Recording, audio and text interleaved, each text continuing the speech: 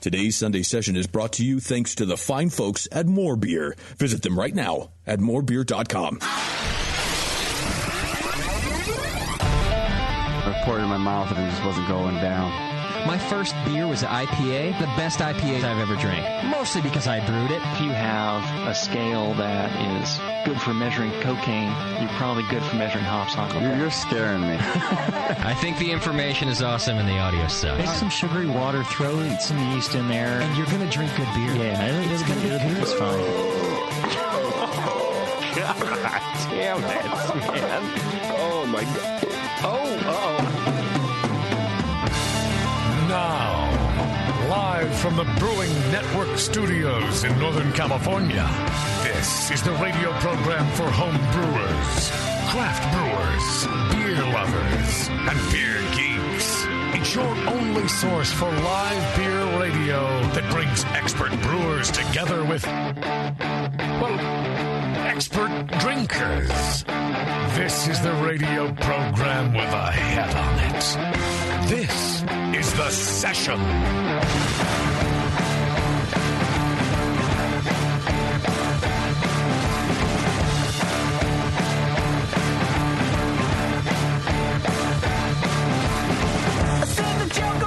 Good afternoon, good evening, as a matter of fact. This is The Session. We are here. I'm trying to figure out how everything works here still. It's been so long. I haven't been here for like ever. Like a week? For like a week, man. Yeah. What'd you do last Doc's week? not even on yet. Nothing. Nothing? Yeah, I was in Hawaii. Yeah, you just disappeared off of my Facebook feed. Or, I'm sorry, Hawaii. All there were pictures of sunsets and luau's. Yeah, I did some live streaming. Or not live streaming, but like, Facebook Live or whatever. So you watch like videos. What does that mean? I just know I get annoying alerts whenever someone is live. JP is live. Yeah. Who gives a shit? JP's live, baby. Everyone cares. It's like, so here, let's do it right now. Can we do an off button on that? Yeah, how do you turn the notifications off for that? I'm sure you can somewhere. Oh, okay. Here, let's go live. I'm going to go live right now. Describe your video. The Session. It'll connect. Can you not? I'm doing it right now. If he doesn't go live right now, how's anyone else going to know? Nobody's going to know. That All he's your alive. friends are going to get notified you went live. Right, yeah, and you guys are all going to see it. And they're going to see can't start live video. Signal's not strong enough. Wait for it. That's bullshit. Anyway, yeah, I don't know. It's a cool way. I kind of like it, man. Not like for everyday bullshit, but it was kind of neat to be in Hawaii and, streaming like the luau that we went to with all the fire spinners and all that kind of shit. And I live streamed a sunset. I thought that was pretty neat. That's never been How long? Like an hour of the sunset? No, it was probably about 5 minutes. Wow. I like the way Facebook signs you up for this new shit. Yeah. And then you got to turn it off. Yeah, you got to opt out. The opt-out policy of They Facebook. opt you in automatically. Yeah. I don't know. I liked it. I had fun. Like, we were, driving through... we rented a car and driving kind of across the island and just, Facebook Live and just videoing the thing. And, people were talking to us, and it was kind of trippy. It was, in the rain. It was, raining really fucking hard. People on the island were talking to you, and it was weird? on Facebook. Oh. Yeah, we're driving along the highway, and people are like, hey! Or whatever. I don't know what they do on islands. They speak English. Yeah, but it's a little different. They speak English, but their freeway signs do not. And I'm not used to read. So I was in the at the car rental spot trying to talk these people into renting a car because I was returning mine. I was like, it's totally worth it. And they're like, oh yeah, what are some spots you can recommend? And I'm like, throw a rock. I honestly don't know. I'm having a hard time figuring out how. I'm not used to this many vowels in a row. You're just everything's the same. You pronounce every letter. That's how you know what it says. Yeah, you lost me already. You got 13 letters and one's different and it's a different place. Right. You're right, yeah. And it's just like so I can't tell you where I went. I just drove everywhere on the island. It was nice. And it was really fun. Well, maybe it's a good thing you did do video. You can record it that way. Yeah. Well, you could have just shown them where you went. Yeah, look, here's my thing. Here. Just friend me on Facebook. Yeah. I'm nearby. It says you're nearby. Yeah, you need to go through your privacy controls, dude, and figure out all your notifications and shit. You cut me out. You just I'll unfollow you. I'll unfriend you right now. I'll block you, and it'll help your life. Girlfriend's ex-husband to know about that. Anyway, this is the session brought to you every time by More Beer. You can get everything you need to make great beer at home by going to morebeer.com. They support this show. They support every session and most other shows that we do, too. So that's pretty cool. I don't know. What else do we got to do? Check out everyone that we talk about today. We all are sponsors. We wouldn't be here without them. So please contact them, buy stuff from them, let them know that you dig on the fact that they sponsor this show, man. And it's a cool thing. And then, of course, our friends up at Wild Beer Company in Norway are holding their third annual beer fest called the What's Brewing Festival, and that takes place on October 20th to the 23rd. And Justin will be there, and most recently, Tasty. Yes, I will be there. Will be there as well. Check out the current brewery list over. I think it's at whatsbrewing.no. But it should be a rad fest. It's a well executed festival, they tell me. So I'm looking forward to checking that out. You should, man. I'm stoked that you're going. Yeah, it's great. I'm going to that'd be a good time. Get there on a Wednesday night. Tasty Con. I'm going to be tasting me and my only guy with the ball cap on. Everybody else is going to be like. What are they all like? Hipsters and stuff, like either fedoras or like. I'll look like an American. Hats with horns on them. Yeah, whatever. Yeah, horns. Yeah, that's right. Yeah, Norway. Vikings. Sure. I sent them a Facebook message a couple days ago just to get to know what I was booking Justin's flight, and I was like, "Well, what's the best airport to fly into?" I had no idea. And they responded, and then they're like, "Oh, are you all coming out? We're really looking forward to seeing you." And blah blah blah. And I was like, "Who is this?" They're big fans of the show, man. They've been listening to the show for a long time. Obviously. So the brewery, Wild Beer Company, puts on the fest, and they reached out. No, they don't? I thought they did. Or they help. It's, Phil, sorry. Sorry, who's that guy? Yep, there you go. So James, James runs it. He works at Wild Beer Co. It's Wild Beer. It's one of the best fests. It is fucking amazing. Okay. It's in an old brewery. Go. It's compressed. It's in various parts of the old, brew halls, in the cellars. But every brewery there is amazing. I mean, you get, as a European, they got Judiciel, you had Boneyard, people like that, as well as like the best of Europe as well. Wow. I mean, it is super. Oh yeah, Chris was there as well. You're going to be there too, Chris? Sorry, we have our guests, Phil and Chris. Phil, of course, is a longtime listener, longtime friend of the show. And you brought your friend Chris. Hello. Hello. You pull that right in front of you, man. Don't even worry about it. Uncomfortably close. Yeah. I want to be responsible for breaking everything in here. No, you won't be. Don't worry about it. It's fine. That's Doc's job. I already broke that one. It's fine. I fixed things. I'm great. And you're going to be there as well then, huh? Chris knows the festival probably better than I do. Yeah, that's going to be our third time there. We're an Estonian brewery, and Norway is so close. It's why not? Closer than San Diego and San Francisco. And do me a favor, speaking of weird Hawaiian languages and dialects, pronounce the name of your brewery. Pohjala. All right. If you want to know how to pronounce craft beer in Estonian, it's Kasito Olot. It sounds like I'm in the cantina scene of Star Wars. Yeah, I think that's happening. Yes, it does. They make sounds we don't normally make. I don't know. Estonia, where is Estonia, dude? I'm stupid. It's just below Finland and above Latvia. Okay. Where's Finland and Latvia? There we go. Pretty much right next to Russia. Okay. Oh, yeah. There we go. Okay. Everyone knows Russia, right? Sure, yeah, of course. They're our best friends. But you're recommending people go to the... You've been there. Yeah. Okay. Are you going this year? Yep. Okay. It is absolutely outstanding. That's cool. James knows how to put on a party. Outstanding guys, outstanding party. And then there's right opposite Towseen where the brewery is, there's a little bar in there, and you will not get in there for just cool people having a great time. It's a super chill festival, super safe. It's Norway. Safe? Yeah.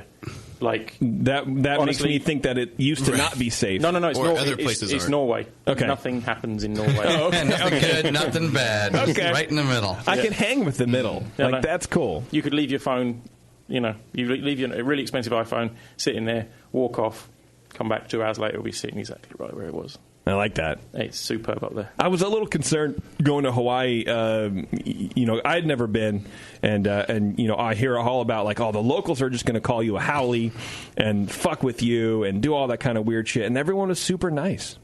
Everyone was super nice. Everybody speaks English. Just make sure you stoke your wallet right up because it's fucking expensive up there. Really? Yeah. I mean, you had Bo Shiner on the show. Yeah. And he'll be there. He's really good value. Okay. So yeah, just watch what you're spending on shit, because it's yeah, just watch when you're swiping your credit card, because there's an extra zero on there. So wow, that's no good. Yeah, but I guess it happens, man. Yeah, not everywhere's Tallinn. So that's why you can leave your phone lying around, because everyone else is richer than you anyway. Right. So. No one else can afford to be sitting next to you. Oh, you mean that's not the black iPhone 7? Well, I'm not going to steal it. That's fine. Yeah, I already have the iPhone 8, so why do I need the 7? I bought futures in. It's fine. Right. Let's do some feedback, Doc. What do you think? Yeah. All right. That's why I came in. So when I do it, you're going to leave. That's not fair. I still need to find... I fucking love those banjos. I fucking love them. I still need to find that old feedback song, that's man. right. We used to have a song that went with feedback. Yeah. If anybody can find that shit, please. He has it on his phone. I will put it in... I have it on my phone. Or we can just peel it off an old podcast. Can we? I think because we bullshit over everything and we ruined every sort of rate. Doc, do you seriously have that on your phone? If you can email it to me, I'll drop it right in. If you pick an old enough feedback, nobody will pick up on the fact that it's just an old feedback segment. That's true. Just play an old one. The entire thing. Hey guys, I loved your Christmas episode. Oh shit! Seriously, wrong one. Seriously, this place is fucking amazing. I mean, considering we did this in the garage. Oh, yeah, you're talking right in the studio right now. This is your first time. This is the first time I've been in here, but obviously the sweaty garage and then Chad's old bedroom. Right. Fuck. Yeah. What an upgrade. I mean, That was Sam's old bedroom. Was it Sam? Yeah. Although the garage sounds fancier when he says it. The garage. I thought it was Shoe Light's old bedroom. Shoe Light moved in after Sam moved out, after we got married. Is that where your business got lost? No. No? No. All right. Why do you have to take it there? You have to. You've heard the show. I know. Sure. We're still trying to figure out where her business got lost. Right. I'm trying to figure it out. Actually talked about it on the show. Oh, we did? Yeah. we weren't listening. Yeah. Well. Okay. Speaking of listening, Clayton, he says, yep, that Clayton, says, I was listening to the most recent session with Mr. Shady Steve Doty, and it's really good. Lots of tidbits to pick up about his approach, and despite his downplaying, I think the most important thing to learn from this episode is that he didn't learn his craft overnight. He spent years tasting wines, a beverage he didn't even like. He developed a valuable skill, kind of like a Karate Kid 100-foot journey type of thing that people think they can learn without laboriously tasting and crafting and failing. This is Steve from Shady Oak. He was talking about just how he blends his sour beers and his barrel-aged beers and how he gets the beers that he wants. He says, if I see his beers, I'll definitely pick them up. Sound great and weird and awesome. They were definitely all of those things. What I'm sorry about is that after listening to it, I couldn't help but thinking, so I guess you could say that he wrote his own deal, bro. Thanks for that, Clayton. Oh. Fucker. Fuck you, Clayton. He says, I love you. I think everything you guys do is great. The worst stuff is actually the best. Well, this show will probably be amazing for you. I guess that's why I feel comfortable making fun of you a little, because you let us into your lives with some beer info along the way. So JP, Tasty, Bevo, Kim, Beardy, Justin, Nathan, whose house can I stay at for the Rare Bell anniversary party? I'll let you guys figure that out. All you have to do is house me. I'll cook, blah, blah, blah, blah, blah. I'll gladly walk to Taco Bell every morning to get Bevo breakfast. Oh. So if you let Clayton, our friend Clayton, our long-winded friend Clayton, stay at your house, he will walk to Taco Bell every morning for brekkies. Well, that's really polite. I live nowhere near a Taco Bell. And that's why your diet's getting right, isn't it? It is. Yeah. He says, thanks for all the things. Then he says, this email is going to be severely and concisely edited, isn't it? Yeah, I did cut out the last paragraph. Hey, all. This is from Jim, and concerned InfoSec dude, he says. He goes, love the spam of the week, but for the love of clear IPA, please don't click any links or attachments in any emails you get. I literally sat in suspense waiting for JP to say, I clicked it, but it didn't open. On the last spam of the week. That's how your computer catches the viral version of whatever is on the public toilet seats in Martinez. Yes, Jim, thank you very much. I'm concerned. Definitely will not be opening any attachments. I wrote him back and I was like, yeah, I'm dumb, but I'm not stupid. And he was like, dude, even like links that are just from your friends from like normal websites, like an actual like news email or whatever. Mm-hmm. There you go. Oh. Did you email that to me? I tried. It's not going. All right. The next one is from Mike. He says, JP and Bev. I don't know. I just listened to last week's show, and I love your idea to have some pro brewers hash out a collaboration on the air. You could even pick a style or category or base ingredient and let them all go at it. It would be a great radio if you can get the right group of brewers together. I agree, Bev. I think we need to work on that for our Christmas show. Okay. Let's start working on that at some point. Sure. Maybe before Christmas. Maybe. Perhaps. We'll never know. This next part involves some work, so you'll probably stop reading. He knows us so well. But what if you turned this into a be-in homebrew competition? Once the pro brewers design the recipe, let the listeners brew it. We could send in entries a month or two after the show, and you guys could taste and vote on the air. It would probably be a pain in the ass to organize, but it might also be a lot of fun. What do you think? If you can pull us off, I'm in. I will brew that shit. You're right. It would be a lot of work. It'd be a pain in the ass. You're right. It would be a lot of fun. A lot of. Yeah. That's a lot of things. Yeah, but no, we did that last one with the be-in kit. Oh, right. The IPA kit. And that was a pain in the ass. I don't want to do that again. So. You don't just make it $50 an entry. See, now you're talking. Now we're talking, right? That'll get one of us to some festival. We'll get 10 entries and we'll just pick one and say, well, good job. I think it'd be great. Okay. $50. $50. All right, Tasty's on it. I'm going to buy you a gold medal. That could be a cool reoccurring thing, assuming we're on the air for longer than another year or two. Will we even make it to Christmas? I don't know. Ooh. Maybe. We're getting Christmas pictures this year? We should. Yep. Yep. We should do that. It's traditional, isn't it? But that also sounds like some work. That was, surprisingly for like 5 people being in the fucking photo from 10 years ago or 5, that was a lot of work to corral these people. Yeah. Be at the Sun Valley Mall at 7:45. Well, I might not. Anyway. I'll never do that again. But you look good in your looks, your sunglasses on. Sure. I remember John Plissé had a roll of tubing that was supposed to be Jamil. It was like some weird John Plissé joke. It was like that went over everybody's heads, and we're like, oh. A roll of tubing. Yeah, let's try one without that. And we'll see which one looks better. Hey, guys, and Bevo. I'm a little behind in shows, but I just finished the Fieldwork show, one of the best I've heard in a while. Great interview, sounded more like conversation than an interview. JP are kicking ass as the new Justin, and Tasty fucking rocks as the new JP. So there you go. Keep it up. I never got the bullet points on how to be. Osmosis. You missed that memo? Yeah, I missed the memo. I need some guidance on that. It's like when it's like just you learn over time, and suddenly you know the things that you have to do without actually thinking that you're doing it. It's the nuances that'll come. I just hear the dead space, I jump in there. That's what I'm doing. Right. Okay. He says, not that my opinion means shit, but even if Justin and Beardy come back, whoa. Wow. You were gone? He was only gone for a while. Started up. Yeah. You should really keep this dynamic going. This is from Ant. Ant, well, good thing his opinion doesn't mean Adam shit. Or as Ant. Yeah. Could be Adam Thanks Ant. for the non-opinion opinion. Those are our favorite opinions. Speaking of opinions, this one is from Clint, and it's targeted, and I say targeted, capital letters, at Beardy. Uh-oh. Ow. Oh, targeted.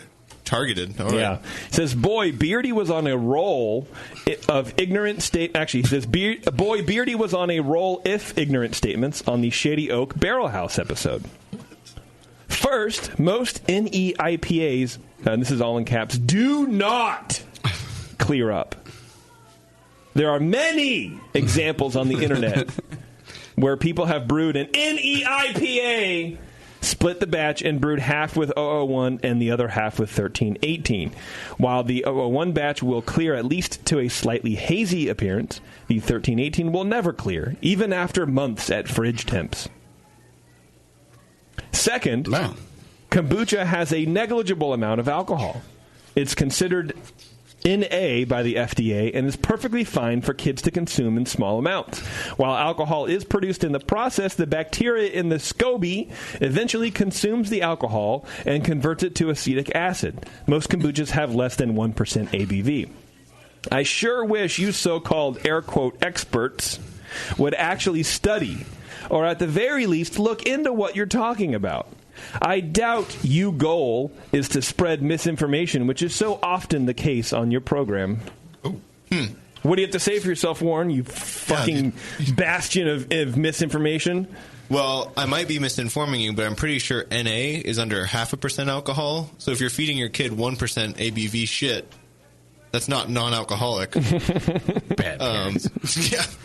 So I responded to him in your stead. Oh, okay. Wow. So what did I say? I don't know. You said. What did you say? No. So I researched it a little bit, and I think what we were talking about is like the brands of kombucha, like Lindsay Lohan was drinking. And the reason those all got pulled from the shelf and this whole thing kind of exploded is because she wasn't supposed to be drinking alcohol, but she was buying like 5 kombuchas at a time.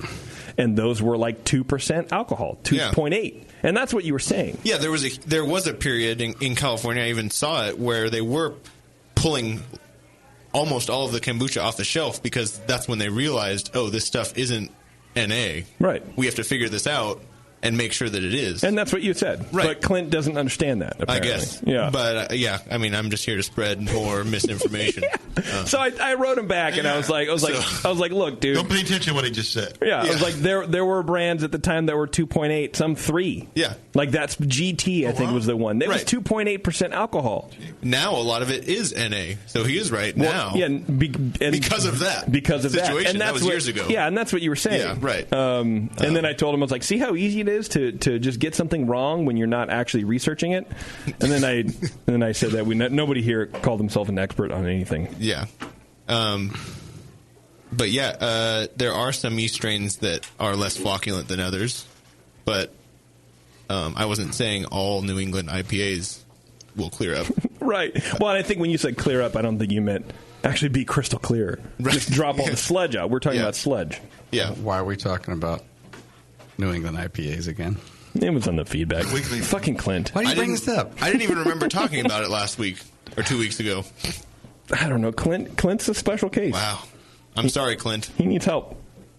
I love this, though. I sure wish you so-called experts would actually study.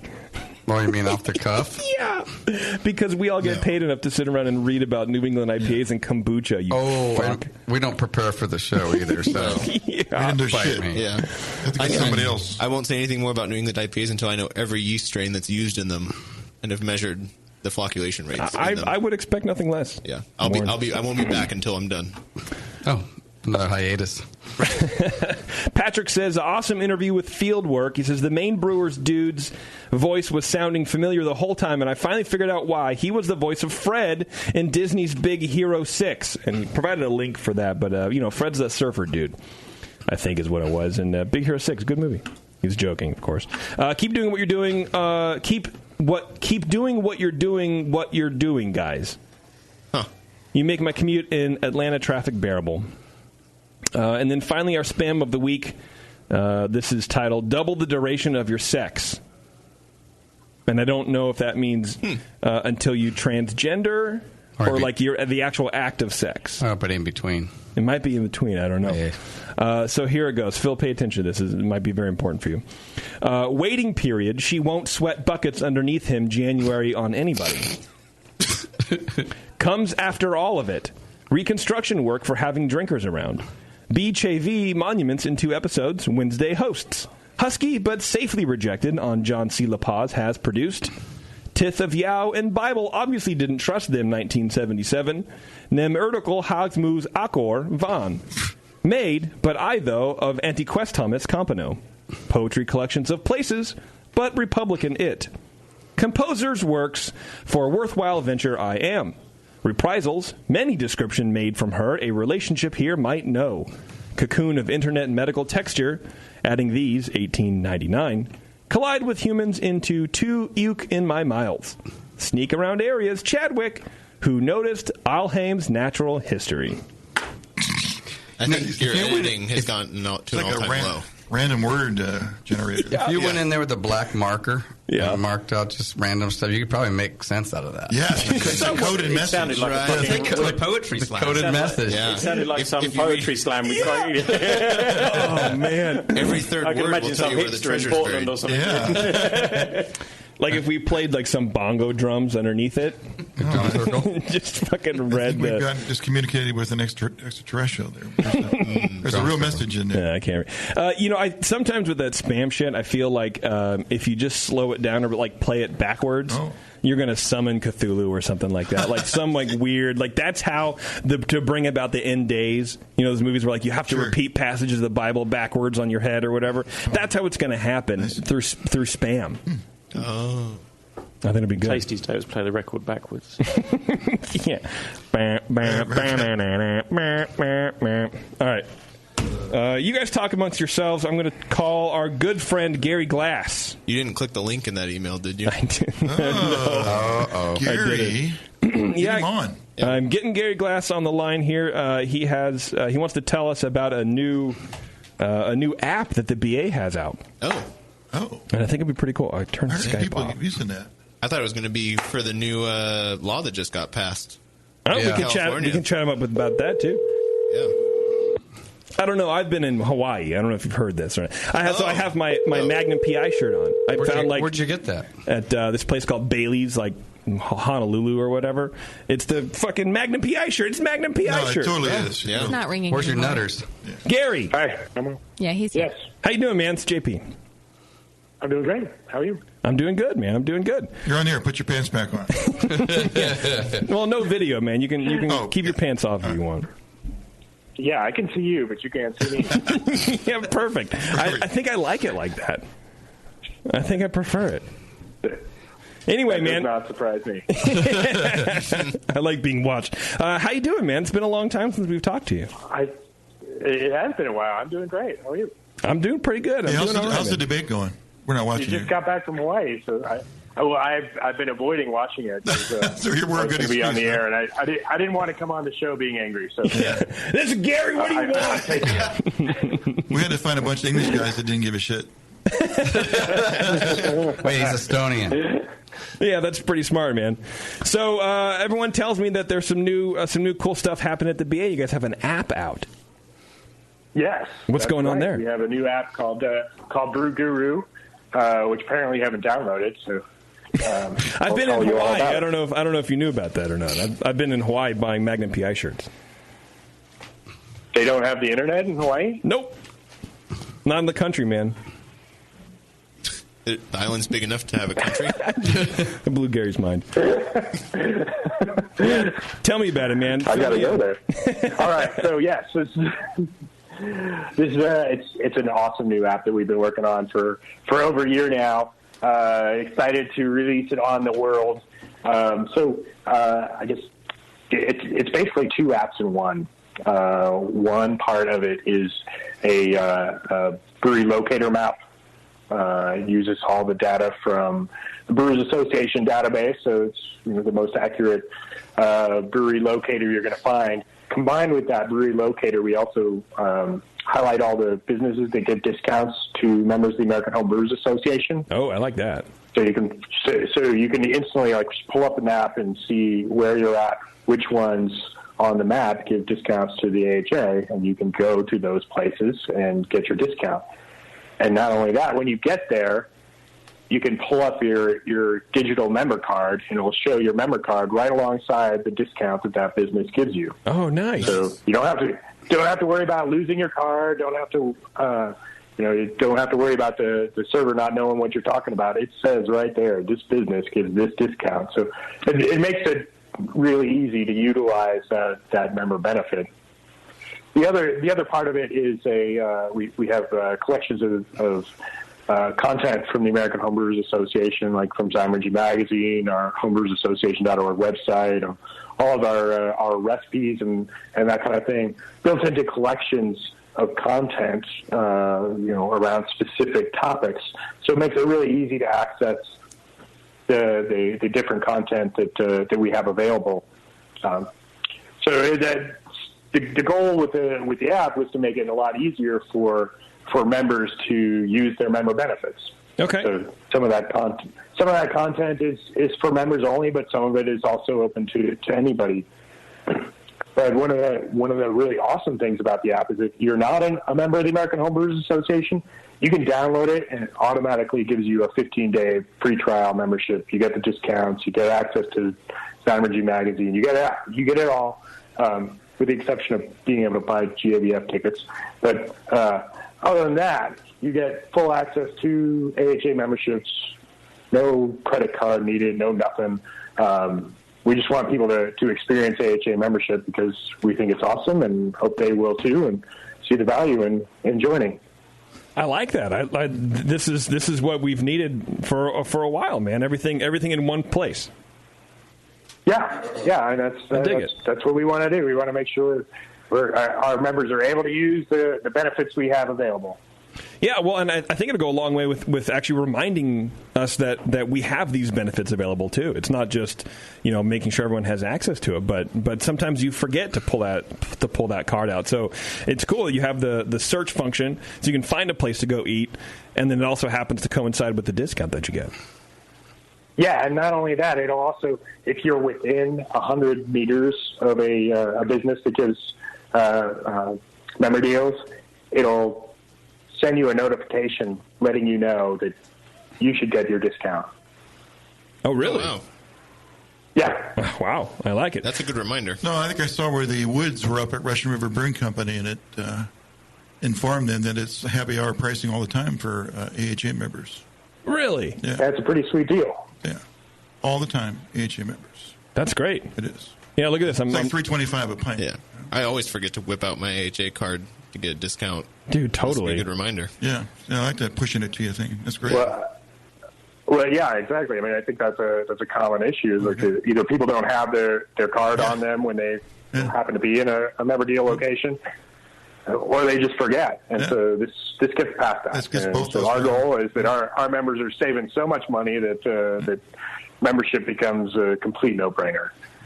Wow, so I just downloaded it, the power of the internet. I can get a discount at EJ Fair Brewing, which is right next door. The Hop Grenade, never heard of that place. The BJ's, 1.5 miles away. Some place called Cullen's Tannery. Never heard of it, but it's 8 miles away. I'd go there. It's kind of a cool place to... I need to be tan, man. When you just got back from Hawaii. You know about that? How did you know about that? That's fucked up. I was there. But I think it's a cool spot. It could really open your eyes to what else is in your area. Firehouse number 37. Right, exactly. Our friends at Hop Tech, look at that. Oh, wow. Yeah. And then you can get articles. A hard look at cider. Brew in a bag. Wow, this is rad, dude. Nice work, guys. How long have you been? You said you've been making this? Took you a while? Yeah.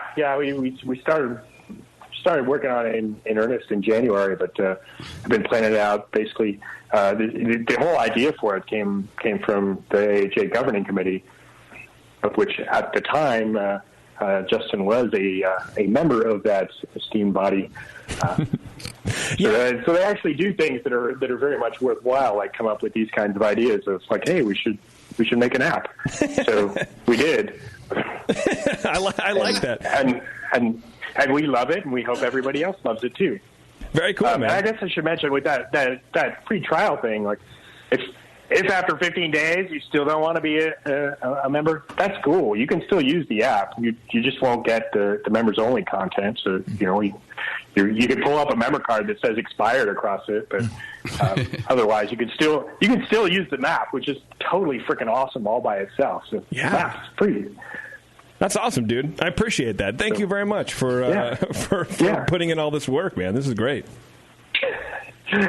Yes, I did it all personally. Well, that's what I was informed. Yeah. We'll pass it on to those. Beverly. No, I'm very fortunate to work with some pretty awesome, smart people, and we work with a great company that put it together for us. Great. I love it, man. What you need now is an augmented reality version. So you'll be walking down the street, and it'll pop up like little balloons. Charlie's head, floating around somewhere. Yeah. I think it'd be great. Yeah. Anyway, that'll be the 2.0 release. Okay, all right. It's already in there. I'll send you my consulting fee. It'll be fun. Adult Pokemon. Yeah, if you could list what Pokemon we'll find at the place that we're going for our discount, that would be helpful. All right, Gary, we'll let you go, man. I appreciate it. Yeah, thank you so much. All right, good luck with the debates, man. Don't kick your TV in. I'll try not to. All right, thanks, man. All right, dude. Bye. The great Gary Glass. I like him. Guy. He's so nice. I like him, too. And it's disappointing. I only get to see him now once a year at NHC. Oh. Well, when you go. Well, when I go. There's that. Too soon. Look at you. Just because you have a new haircut doesn't mean you can push me around. So it's not even once a year. Right. It's not even once a year now. Actually, stupid. the last time I saw him was here at the Hop Grenade. He just wandered in one day. Just so he actually was willy-nilly. here. Like a bum off the street. Like, hey, you guys spare $1? Yeah. No, anyway. Okay, we have kind of a weird show for you tonight. Our friend Phil Lowry is in the studio, and he brought a bunch of fucking beers. Here, let's open one of these. Just beers. Just beers. We're just going to sit and drink. Any beer. Any why'd you beer. pick that one? That's a pink can. It's a pink can from Beavertown, our friends at Beavertown. It's a new IPA.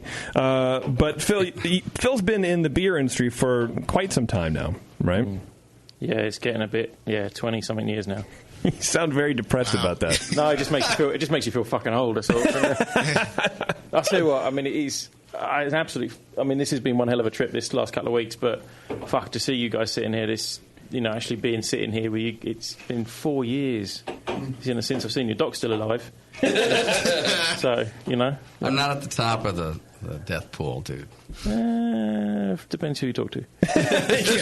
He has some inside information. This week's list is in. Yeah, it's just the post-Burning Man voice was a little bit slow. My brain was just a little bit. It wasn't just the voice. No. Yeah. But yeah, I mean, fuck. I mean, just the changes, the amount of breweries. I mean, I was tallying up with Chris earlier because on the way back down from. We flew into Seattle last week, and then I've been all the way down to San Diego. I mean, nearly 50 breweries. I mean, a good, God knows how many of those are actually brand new breweries. It's insane, isn't it? Wow. And London, I mean, just going back to Beavertown, we're fast approaching 90 breweries in London now. Wow. Whoa. When I first started brewing back in London, when I left seeing you guys out here, I ran a little brewery called Brew Wharf in central London, Bermondsey. Sort of area, and there was 5 or 6 of us. Budweiser's since gone, Guinness has since gone, but now nearly 90 breweries. I mean, I can't even. I'm out of the country. I'm out of the UK so much now. I can't even fucking keep track. When you come back, there's a new one. I mean, wow. We're fast approaching 1,500 breweries in the UK. And it's insane. I mean, the beer quality is great. You've got cans like that. I mean, you've got Dan and Rob coming in from Four Pure at some point in the near future. Yeah. They're killing it. Their cans are smart. I mean, this is the thing. We're going toe-to-toe with you guys now. Wow. Yeah. Let's not go crazy. The only thing we can't... the political decisions in our country at the moment, that's the only thing we can't match with you. So, that's true. Yeah. That's very true. So, yeah, but this is their new IPA. The can's super pretty in it. It is really cool. It's pink. It's Pepto-Bismol pink, even. Or maybe Electra, I don't know. Even the lid is pink. Yeah, even the top is Disney princess. It's really cool. Is that on me, Bev? That camera? It doesn't have to Nick, be. who does their artwork, Nick, I mean, he's bonkers. He's a great friend, and he's Look at that his thing. artwork is spot on. You go to it's in, I don't know if Logan explained it to you when he was on the show, but it's in a industrial estate, pretty much like some of you guys here. But you go there. I mean, the anniversary party was they're just gone was insane. It was absolutely brilliant. But my God, I wouldn't want to be the host of that party. That was touching cloth. That was that many people that came through the door. Really? It just goes to show what's going on in London now. If you can get I don't want to sort of pimp tourism or something like that, but Jesus, you can get a cheap flight with Norwegian to London now, and it's worthwhile for beer tourism now. I mean, I think we're getting up to like 7 breweries on one street. I know it's not. Wow. You might have heard of the Bermondsey Beer Mile now. Yes. It's not. We don't tend to call it that anymore because it's got a little bit stag party and a bit silly. But it's a great experience to go and drink beers of this sort of quality. I mean, Beavertown are head and shoulders above some of the rest of us. But well, I mean, that's good to hear because at least when I first started home brewing and drinking, you would go to the UK for the traditional beers, your ESBs and all that kind of stuff. And not that you don't go now, but it's kind of cool that there's more to offer than just the traditional. Yeah, but the thing is, that's what we do. That's the beautiful thing with the UK beer scene, is you can go and have that traditional Pint of Harveys, Bathams, people like that. They are fucking outstanding beers. I'm sorry, I know. I was funny enough, I was offered a couple of TV things recently. I swear too much. So I know the F-bomb's completely legit on this. So it's it's outstanding what you can go and experience in the UK now. It's I think when I came back from here, started brewing at the Brew Wharf, I was quite frustrated because there was American import beer, but it was always tired. It was never great. It was never at its best. I mean, it was lucky when we had Stone coming over and it was done as small parcels. It was things like that. You knew you were getting something pretty good. But it was really frustrating when you go and when I was drinking some of our friends' beers, and they were tired. They sincerely were, and I'd had them obviously here, quite frankly, often off the tit at the brewery, and it's beyond disappointing because you're seeing your friends' efforts in such a bad state. It's like, what the fuck's going on here? So when I took the brewery on, everybody's like, "Oh, this is great American beer, and I'm like, can I just show you what American beer tastes like? It's going to be brewed in London, but it's this is what. And I was using, I started, brewing there with sort of Roger Davis style beers, quite frankly. Okay. Just with my trousers up. Yeah. And no ass showing. Yes. Which, if you actually know the Brew Wharf, was a big glass fish tank in the back of the restaurant, and had a little, I think, 7-barrel US system, a couple of fermenters, and we used to have 2 tops right outside the glass. So come grain out. Nice 65, 70 degree room, 80 degree on a nice summer's day. Okay. Steam, butt crack showing right up against the window, right in front of a nice romantic 2-top. Which was it was a really appetising. Oh, like the actual 2-top, the tables. Yeah. Right. So 2 people sitting in front of the glass. Yeah, you had first date moments, because it's one of those anonymous places you can go and have a first date, and so many people. And it's Steve, my mate, who I've just been down to see in San Diego, is a big lad, and his bike belt was never the tightest on some Saturday nights. Oh man, yeah, it's perfect. I mean, and of course you'd have Beastie Boys and what have you blaring out in the brewery, and then they'd have some classical plinky shit in the in the brewery. But started brewing some weird and crazy shit there. Very much what based on some of the stuff you talk about on the show and here. Yeah. And then frustrated. I'm at my best when I'm frustrated. When I fucking hate what is going on. When I hate things that are opinions that are malinformed. Kombucha. Yeah. And like Warren's, all of Warren's opinions. Like pulling up your pants. Yeah. So started brewing there. Some killer, we used some killer evenings in there. Some great beers. Brewed Tasties, Janet Brown there. First time it was brewed over there. We just scratching an itch, and it got crazier and crazier. I mean, the brewery was shut for 18 months before we took it on, Steve and I. And I mean, this restaurant was just an old wood-clad, pretty much like you'd see at Magnolia, just a point of reference. Okay. Obviously the picture reference doesn't work well on the radio. People have Google now all over the place. But where was I going? So took the brewery on. It was shut. The beers weren't selling. The previous brewer's beers, I mean, it just never sold. Okay. Nice guy and all, but we buy the guy called Trevor Gulliver, who owns some fancy restaurants in London. He's very much in with Fraser. What's his name? Fergus Henderson, who runs that Nose to Tail restaurant, St John's. I don't know if you've ever heard of it. And I bargained with him. I said, he said, can't you got to brew, black sheep bitter and things like that? And I'm like, no, it's not what people want to drink. Yeah. And I said, look, give me 4 batches. If we don't sell through the beers, I'll go back and I'll brew black sheep bitter style beers, or Tim Taylor type, and thank fuck those beers cleared through. Really? Were you nervous? I grey-faced it, and but those beers, blew through. I mean, they were all, I was buying fucking, they were used to spending, £8 and £9 a kilo on hops, and there's me spending 20 quid a kilo on hops and shit like that, and buying better malts, and I was buying. Then Wehrmann started appearing in the UK. Started buying a bunch of that as well. Then we switched that out to Simpsons, and it just uprated everything we could do. It made a difference. Oh man, it went ape shit. And thing there's Evan from Colonel Brewery started. We became friends. He then sort of said to me, because I was still working at Beer Merchants at the time, which was great fun. Evan came in and was like, "Oh, what do you think of my beers? I want to make my beer smell like yours." So I helped him out. Evan was brewing some killer beers already. He was well engrossed with the London homebrew scene, and I met his wife. She was, God knows how many months pregnant. And I was like, "Oh, yeah, great." It wasn't yours, was it? Yeah. No. How long ago did you meet her? Never met her before in my life. And she turned around and said, "I was like, dude, you're opening a 4-barrel system in the arse end of London, and your wife's pregnant." And I'm like, "Oh shit!" So I first literally said to him, "Put half pallet of your beers together." I took them straight down to Beer Merchants, put them straight online. It was the first time his beers had really been showcased to the ways. And then Ed became friends with Evan. Then that went mental.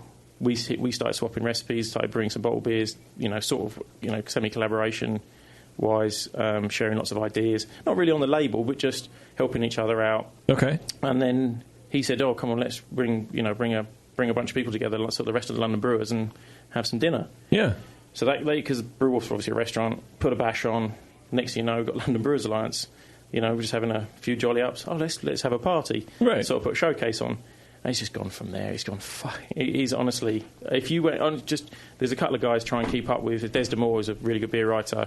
There's another guy I forget does another thing of London Beer Guide, and he's literally like pop with new breweries. Wow. And the quality, you'd be amazed actually if you go around. There's some always some weak ones in the field. It's going to happen. That's the nature of the biz, man. But some of the guys who have got a bit of clout behind them. Really, I mean, it's even Fuller's are stepping up the game. Even it's the import game is stepping up the game. The bar scene is blowing up as well. I mean, there's some really great bars in London now. Good beer dedicated. I'm ready to say they're craft beer bars because I kind of hate that term now. Yeah. And oh God, do you have gastropubs? Well, that's where we started, isn't it? The first anchor. Well, yeah, but do people still call them gastropubs? Because they do here sometimes, and it irks me. I don't know why. Gastropub. It's not. I don't know. Good beer pubs. It's everything. This is the thing. Everybody slags off British food. Right. British food's now fantastic. I mean, we don't quite have In-N-Out burger yet, but How do you say craft beer in the UK? Beer. Oh. I like that. Yeah, that sounds great. Yeah. But the thing is, we're so lucky because we've obviously got import beer, Germany, Belgium, France. We've got fresh beer coming from there. And what the bits that are actually being replaced are the American imports. With you, we're brewing those styles of beers. And fuck me, look at that. You're taking our jobs. Yeah. That's fucked up. Yeah. You're winning. You guys win after all. Yeah. So we're gonna talk a little bit more about the British beer scene, and then you brought a bunch of beers from South Africa. Yeah. So we're gonna chat about that as well. We're gonna have a try at some of Chris's beers, some Estonian beers, right? Chris, are you there? Hello. Yep. You look very apprehensive that we're going to taste your beers. Yeah, well, they're mostly going to be dark stuff, so if you've got the sours beforehand, then that should be an interesting contrast. Then we're all right. Well, we're going to put you in the dunk tank while we drink your beers. So if we don't like them, we'll throw the empties at just kind of drop you. It'll be great, right? Deal. Okay, perfect. Just used to that. Yeah. Okay, good.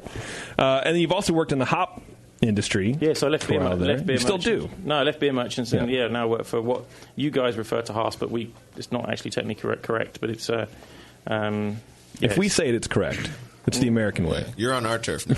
Yeah, but I don't get paid by those guys, so yeah, that's true. Yeah, so I work in the hop industry now, which is kind of a bit of a that was a change of pace. I bet going from sort of running a big online beer store to because I stopped brewing back in 2011, then came back into. Then the Brew Wolf came available. Okay. And blah blah blah. Yeah. I now work for Haas. So go on. And so now, and then on top of all that, you're going to be opening a brewery. You are opening a brewery. You're in the middle of opening a brewery. Yep. So then they bought the brewery. They closed the Brew Wolf. They offered me the kit. I bought the kit, shipped it down to Dover, where I live. Okay. And thrown it in an old warehouse that actually is an old brewery site. So the brewery shut in 1962. It was opened in 1820. That's cool. So it's kind of cool. And all the trials and tribulations with local planning. All that kind of shit. So that's what I mean, folks. It's going to be kind of a weird show, and we have 1,000 beers I feel like this is the Beavertown show all over again. We have tons of beers to kind of choose from, but pretty much we're going to be sitting down, talking with Phil, talking with Chris, just about beer in general, tasting different beers that we've never had before, and kind of talking about a lot of goos, I think, to drink through. Also, a ton of really good goos. Hope you brought your heart medication or whatever you take, Doc. I know you guys I always used to bring you goos back in the day, so I thought, well, I never got any of that, so don't worry about it. No, we won't talk about that. No, that's fine. Things have changed here. Anyway, so we're going to take a break here, folks. And then when we're going to come back, we're going to chat more about kind of just beer around the world. We're going to drink beer. We're going to talk about beer. If you guys have any questions, hit the chat. 888-401-2337. That's not the chat room. That's the phone number. It's the Brewing Network. We'll be right back.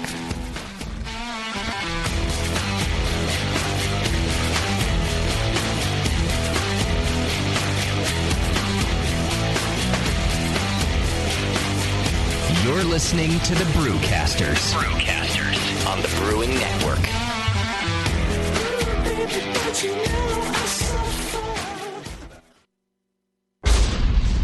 The 21st Amendment. Watch out! Do you like beer? They make beer. Watch out! Do you like friends and fun?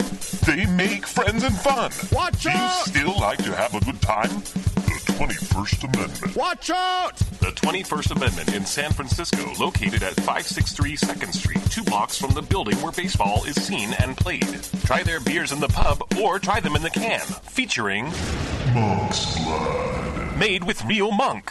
Watch out! So why not have the best time of your life? Go to the 21A and Sean O'Sullivan will personally greet you with a can of Monk's Blood. The 21st Amendment.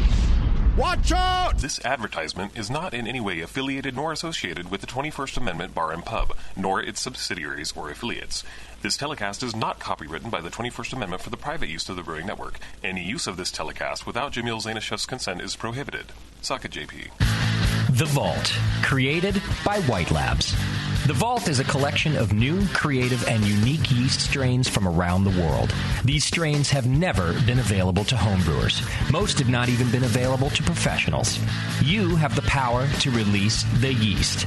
Through The Vault, White Labs is giving you the power to decide which strains are put into production and giving you the opportunity to brew with these strains. Visit whitelabs.com/thevault and pre-order the yeast strain of your choice and encourage your friends to do the same. Once 250 pre-orders have been achieved, White Labs will put that strain into production. The strain will be mailed directly to your doorstep, ready to make the beer you've always wanted to brew. This program was created with the homebrewer in mind. White Labs is relying on you to help release these strains, which may blaze the way for future new and unique beers. Help release the yeast. Visit whitelabs.com/thevault.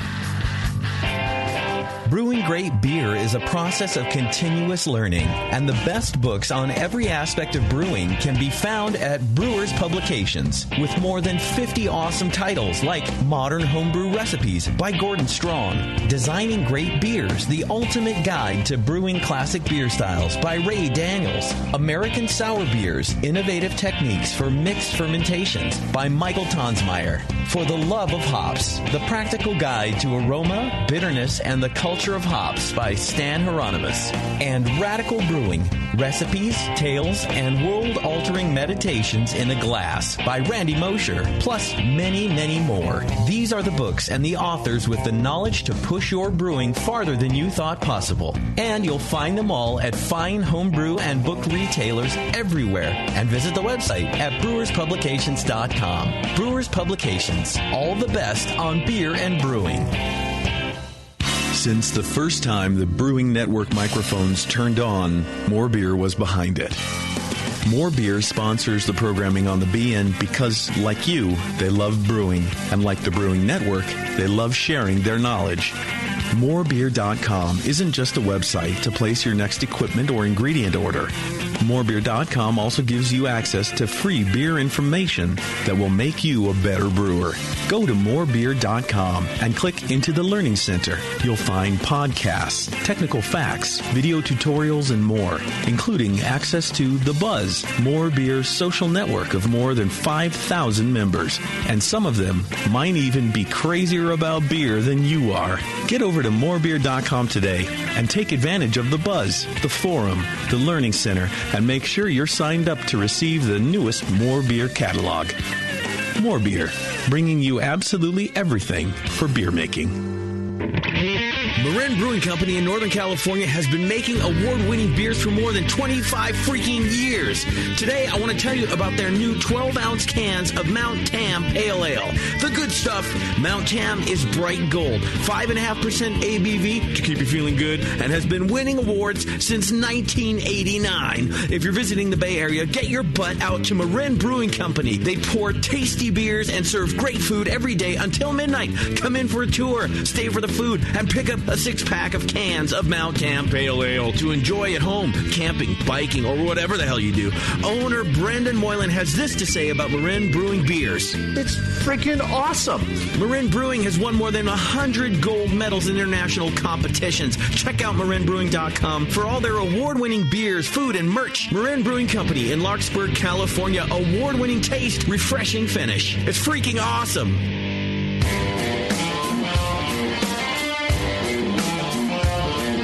Brewcasters are back. 888-401-BEER. Whatever.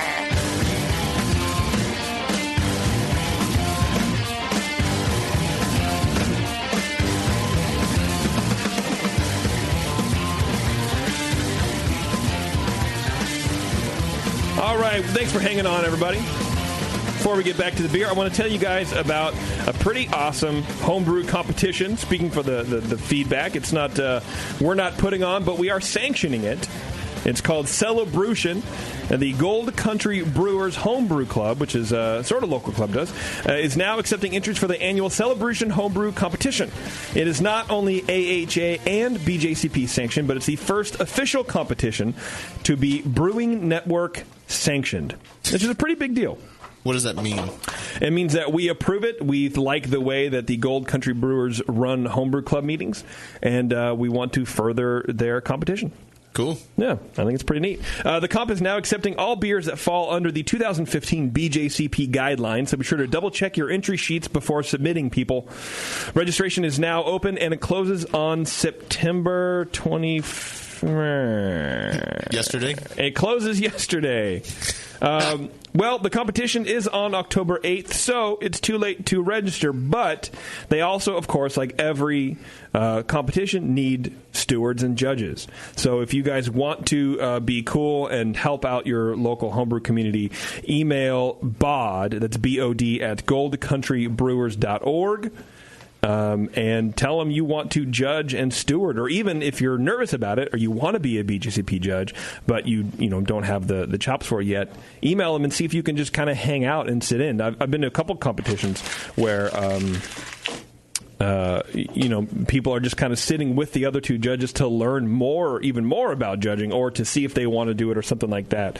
And the Gold Country Brewers they're good people. It's a BN sanctioned thing. So if you want to email Bod, let him know that you are a BN listener, and maybe he'll roll the red carpet up for you. I don't know. It's kind of cool just to sit in on a judging panel, because they'll oftentimes give you the beers that they're tasting.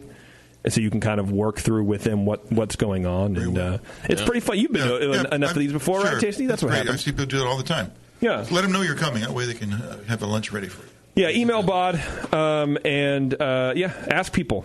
See if you can. But definitely, they need stewards and judges. Every competition can never have enough stewards and judges. So check it out. Even though we missed the deadline, hang out at the party October 8th and become a steward or a judge. I think that'd be pretty cool. Excuse me, I'm burping like crazy, man. I don't know. I got fucking sick in Hawaii in my last 2 days. Drink some beer then. I'm trying, man. Too many tiki drinks. Not enough, maybe. That was so. So we went to Hall & Oates. Okay, yes, we went to the Hall & Oates show. Doc wasn't there. No.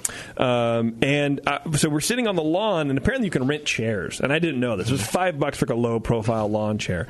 So I'm like, fuck yeah. We bought a big thing, had a big group, and it was a cool thing. Bought a big blanket.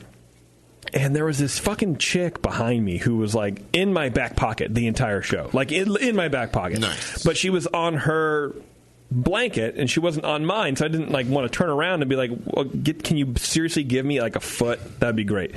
But the whole show I smelled menthol. It's kind of like the Asian lady in the grocery store, the one right behind you. Yeah, maybe. Because they're like right on you. They're right on you? You turn around, you're bumping them. Well, that's kind of how this was, but I smelled like cough drops. Oh. Phil broke glass. Phil's angry. That's the first one ever. Hey, Bev, really? Would you mind grabbing a towel for Phil? Bev, can someone help me out and tell Beverly that we need a towel, please? Thank you. Beverly, we need Oh, a you mean towel. the Clean up producer? an R5. The show's producer? We need a towel. He's got to produce. That's really bad. You did all right. It's fine. No, It I'm was a good wearing it. beer. Yeah. That's too bad. Anyway, so I think this chick got me sick from fucking breathing on me. And so after the show... later? It wasn't a week later. I got sick. Well, it was almost a week later. 4 days? Is that enough? I don't know. Because incubation? After the show, I turned around. It was the plane flight. I turned around and she was like, her foot was underneath my chair. That's how close she was to me. That was it. She was sitting Indian style. Yeah. That close to me. And I was like, what the fuck? So I think that was it. And as I woke up like Wednesday with a sore throat, and then it took a couple days, and I was done. Yeah, man. don't ever sit over anyone else's feet, especially strangers. It was totally my fault. Yeah. Right. But I was pissed because like Friday I didn't do shit, and then Saturday we went to Waikiki for the last night. I don't know why. And they have a ton of tiki bars there, like Honolulu, essentially, right? And so I was stoked to go out to tiki bars and do the whole kitschy touristy thing. Yeah. Fucking sick as a dog, dude. I spent the entire 2 days in the fucking hotel room. But you took it like a man. You didn't complain at all. Oh, right? I'm the worst patient. Are you kidding me? Every 5 minutes I rolled over to Tara's like, I'm sick. And she goes, I know. Right. I'm sick. And she said, "You mind if I go out and?" I told her I was like, go out. She goes, no, I don't want to go out. I fucking hate it's basically like Santa Monica or like Anaheim. I don't know. It's just kind of it was kind of stupid. There's a lot Waikiki kind of sucks. A lot of homeless too. There's a lot of homeless folks. They keep them out of Waikiki. How do you know? You were in your hotel room. They keep them right out of Waikiki, Well, but we right have street outside of view. that. Tons of them. Yeah, there were kind of a lot of them. Anyway, I was really disappointed. That's my story. I don't know how I got on that tangent, but that was my Hawaii Well, because story. you were sick. Because I was sick. Oh yeah, so I'm sitting here like tasting all these beers. Like, is this supposed to taste like this? This beer taste. What are we drinking, Phil? This tastes awesome. Oh, you don't have here. Oh yeah. So just I brought these back for you guys. That's nice. It's Sugarman by Woodstock down in Woodstock in Cape Town, and Murray is a huge fan of yours, so he is shitting himself right now. Get a diaper, Murray. And my favorite style, and he's killing it with this one. It's a Belgian quad in a Pinot Noir barrel. In a Pinot barrel. It's just killer. They spell color with a U down there. Yeah. Because English. And these guys are super cool. There's, I don't know, Mark, you had on the show. He's a good friend and colleague. He's 100 miles an hour, that guy. But there's so many other. There's 150 breweries down there now. In Cape Town or in South Africa. In South Africa. Okay. Can you wipe his crotch too, Bev? No.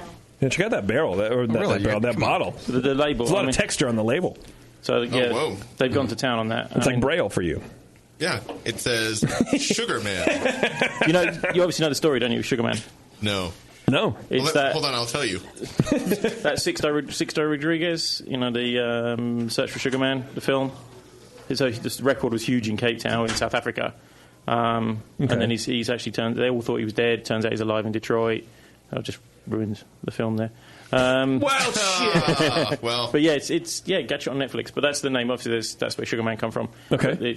I was really surprised. I hadn't been down to Cape Town. I went down there a million years ago, but obviously with work they sent me down there. I was blown away, and such a good community. Some really energetic. It's a young place. It's such an exciting place. They've obviously got to deal with the BS of civic life down there. But the guys are really working hard to make, and this is just in the 6 months. So I went down there in the January this year, So we're 16, yeah. So I went down there in January. I was down there in August. These I brought back up in August. And this is just in the last 6 months these guys have popped these guys out. I've always got the beer from Rory at Aegir. He's another huge BN fan. So Aegir, Aegir, they bought... No. So that's in Woodstock, where the bottle beard he's got is from. There's a whole bunch of breweries in Woodstock. There's Mark's, Riot. There's Gallows Hill. A guy called Skalkin, his brother Christoph have got that. I think they're doing all sorts of weird shit there. Woodstock is their Californicator. It's killer. But they're all. It's a great place to go. It's got the same sort of climate as here in the Bay Area, just without the traffic. Okay. All right. Yeah, it's. I like that. Yeah. And they drive on the right side of the road. And the same side as correct side. My side, not your side. And just in 6 months, it's blown up. I mean, it is blown. I would encourage anybody. I mean, it's a ball ache to get there from the US. Yeah. But it's exciting, really genuinely exciting. I mean, super passionate about being down there. If you're into the beer tourism, that's the... Yeah, I mean... There or London? We do London first, then Cape Town. Okay. Because there's a lot more to see in Cape Town, obviously, as well as Table Mountain, Sharks, and what have you as well. But it's, I think, as an experience, the Cape Town, and the guys are trying. I mean, this I can't emphasise as much as I can.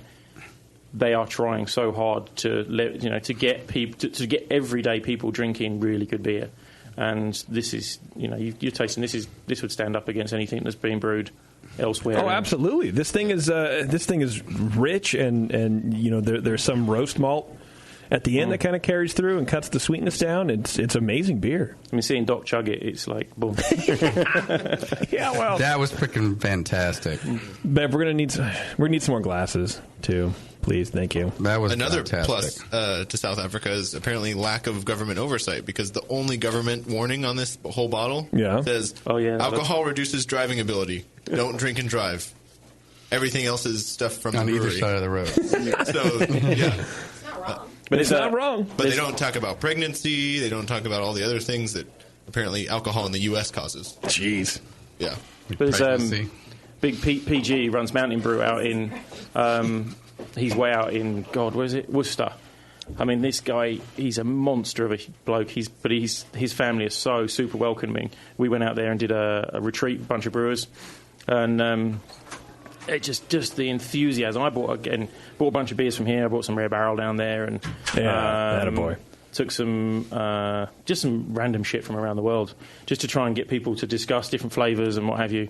I used to be a teacher, so cards on the table. Oh, really? Yeah. I used to be a special needs teacher, so hanging out with you guys is it's cool. Yeah. And Kim Wood should get together and figure out how to make us better. Full circle. So yeah, took the beers down there, and. They're just watching these guys getting really intense, discussions about and then they're discussing those beers and they're discussing their. It was like a homebrew meet, but a nice convivial homebrew meet, with good beer. With good. Their own beers as well. I mean, guys at Drifter are doing a coconut beer that's just stunning. Doesn't taste like freaking sunscreen.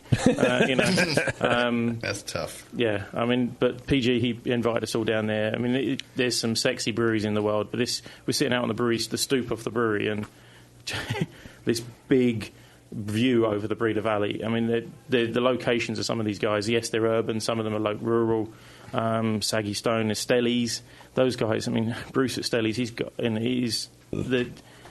They're in beautiful locations. Like literally postcard. Yeah. Wow. Because this is the investment. It's exciting to go down there and see the scenery, see the locations, and then drink some fucking good beer. You don't. I mean, and also you can go down there and have some pretty good wine as well. Apparently.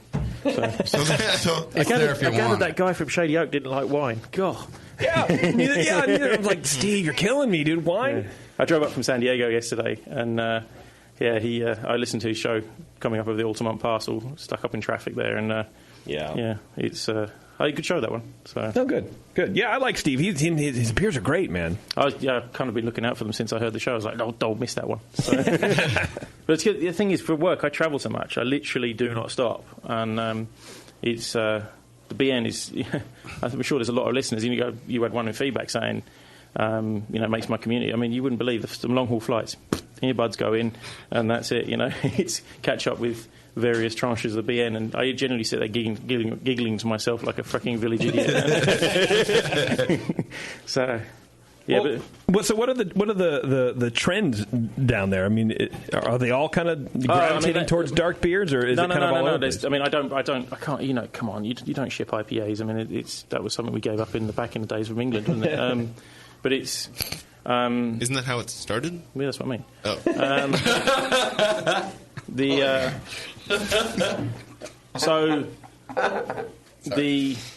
Now you can say don't drop it on you. Yeah. No, I figured you've learned that lesson. So sorry, Justin. Yes. So the thing is, they jump, lock, stock, and barrel into some fantastic IPAs and things like that down there. It's literally like they've skipped 15 years of the hard work. Mm. Not saying it's a bad thing. Yeah, they've gone literally out of the gate, wallop straight into craft beer, and it's really interesting to watch it, because I've watched so many. I've been doing this. I mean, my mum sort of encouraged me to sort of homebrew back in the day, and then I came back down from Manchester. I was at university. I was working in a brew pub. Did a few brews there. That was fucking 96, 98, something like that. Okay. And, then we ended up... So you're old. Thank you. That's what you're saying. Yeah. That's war stories. So... just watching different different tranches of the industry grow, watching the Bay Area, how much that's changed in the last few years, what's gone on in London, seeing this nascent scene going on in South Africa. Obviously, these young guys are leaving the Bay Area, the Cape. They're going off and seeing other things elsewhere. You've got they're really interesting, well-travelled guys. I mean, Aggie, the guy you've just heard, Rory, super cool guy. Yeah, we just busted open this bottle. Russ, yeah. Russ, R-U-S, Imperial Stout. Aggie, okay. Yeah, he's in the most beautiful little location down in Nordhoek Beach. He's killing it on a little sort of 10-barrel system. Real beer made properly. I like that. That's nice. What do you think? So when you say craft beer, you're not including traditional English styles, even though they're as craft as anything. Well, that's a Venn diagram of all the same things, isn't it? I mean, when you say craft, you're saying like American style. No. I mean, to me, craft beer isn't. It's the craft of brewing. I see craft beer as a philosophical thing rather than something that's codified. Okay. So then brewery size would be a measure of craft. I mean, here it used to be, but then our craft breweries have gotten so big. I think that's where the BN, the BA, and things like that have got. They've had to sort of their inclusivity thing. I mean, for me, but I'm more like what do you guys call craft? I mean, is that typically small? Are you talking like when you say guys like he went right into craft right up the I know, I'm talking about the craft type styles. Yeah, but okay. in that field down there, an English style beer is still craft brewing. Because I think you're approaching beers from outside your local territory, and you're taking inspiration from beers from afar. I mean, their Californicator, I believe, was set up by an American. Their recipe was set up by an American brewer way back when. This is Woodstock, the one, the Sugarman beer. It is a legit American IPA. Something that you'd have here by any, And you have access there to all the ingredients to make that beer. Mm-hmm. I mean, to make it as good they have. I hold my hand up. I do. Yeah. I mean, I do. I'm involved in the supply of the hops down there. Right. But they're getting good gear. They respect their ingredients. They have knowledge. I mean, that's the amazing thing. There was the SAB Breweries had a homebrew club at their big Newlands brewery called the Warthogs. I believe. Is it Warthogs? Anyway, they had, and there's a very, very intense homebrew scene down there. Again, drawing much inspiration from you guys. I'm not sitting here blowing smoke up your bum, but it's this is the influence of resources, knowledge, experience, and what's come of it. These guys, I mean, it was literally like walking into just a whole new vista of good beer, and it's Cape Town. I'm sure 5-10 years ago was not a lot really. Right. So like I find like here, like what used to take 5 years for change, now it takes like 6 months or a year. Things happen so fast. Well, look how fast not to beat on the same drum, but the hazy, cloudy, milky juicy IPA thing, how fast that's transitioned across country. Oh my God! It's like it eliminated the flyover country because all I hear about it is on the East Coast, and then now suddenly it's on the West Coast. I mean, just a case in point. I mean, I came back from here. I brewed black IPA. Mm-hmm. I think there's me and JK. JK's at J.K. Rowling. I love her. She's a good author. Personal friend, huh? Cool. But JK is at Marble now, but he used to be Thornbridge at the time. Okay.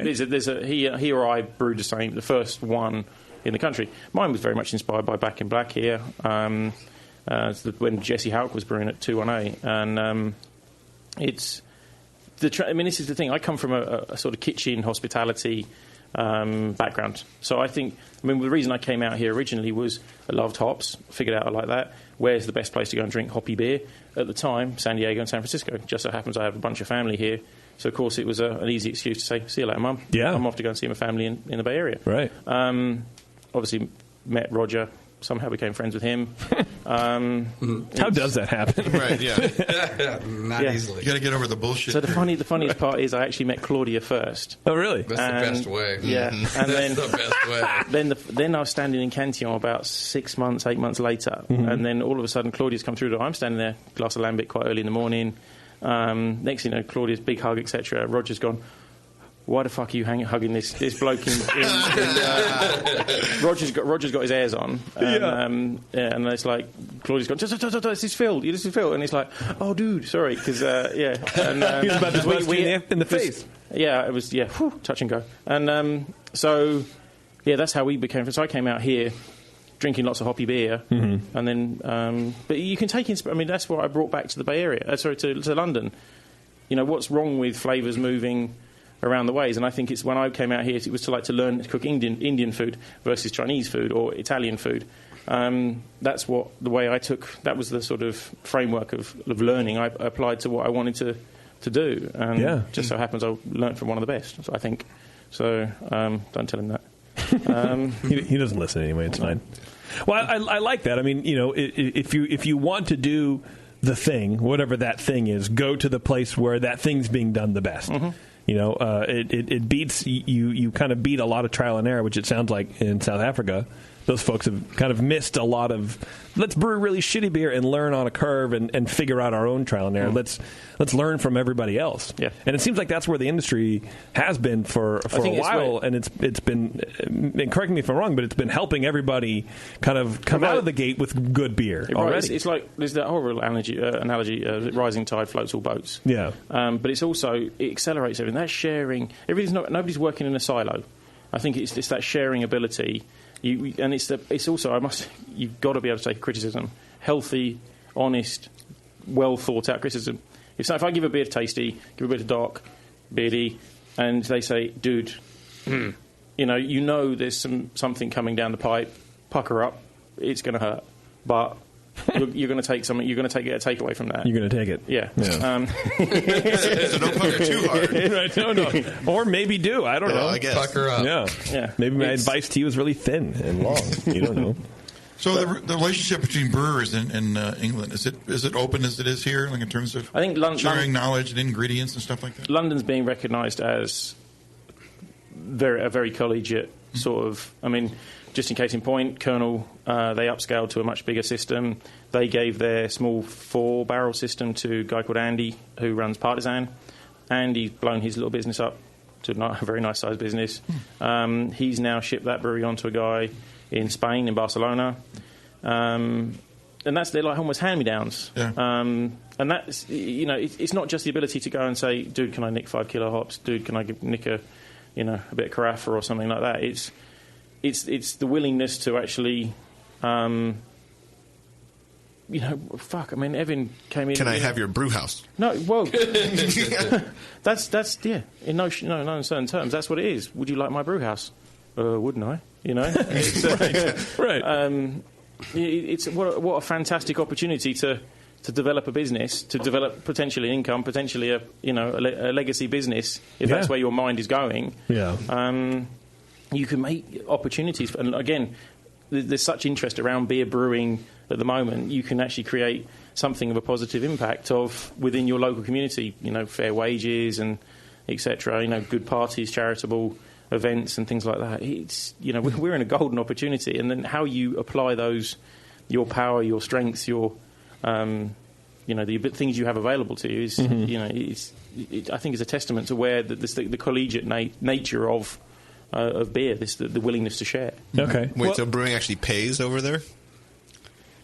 Give it a year. Crickets. I think owning your own brewery has more opportunity to pay. Yeah.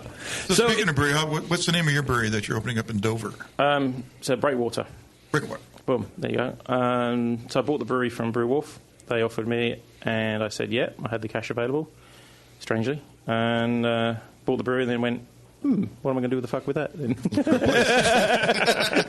Guess I have to open a brewery. Yeah. So they gave me the part of their licensing at the restaurant there was they had to have a brewery on site, because once upon a time there used to be another brewery on site, only in recent years, but Lambeth, no, it was I can't remember the local council there, but one of their planning regs was they had to have that brewery in place. So I said until they close that brewery, they can keep the brewery there. Gave me a bit of breathing time to find a building. Nice.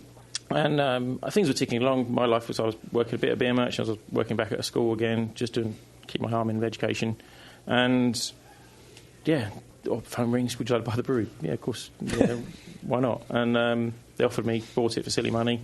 Had to get it out myself. Nearly chopped my hand off taking the building out, taking the building apart, take the brewery out. Wow. So be careful when you do these things.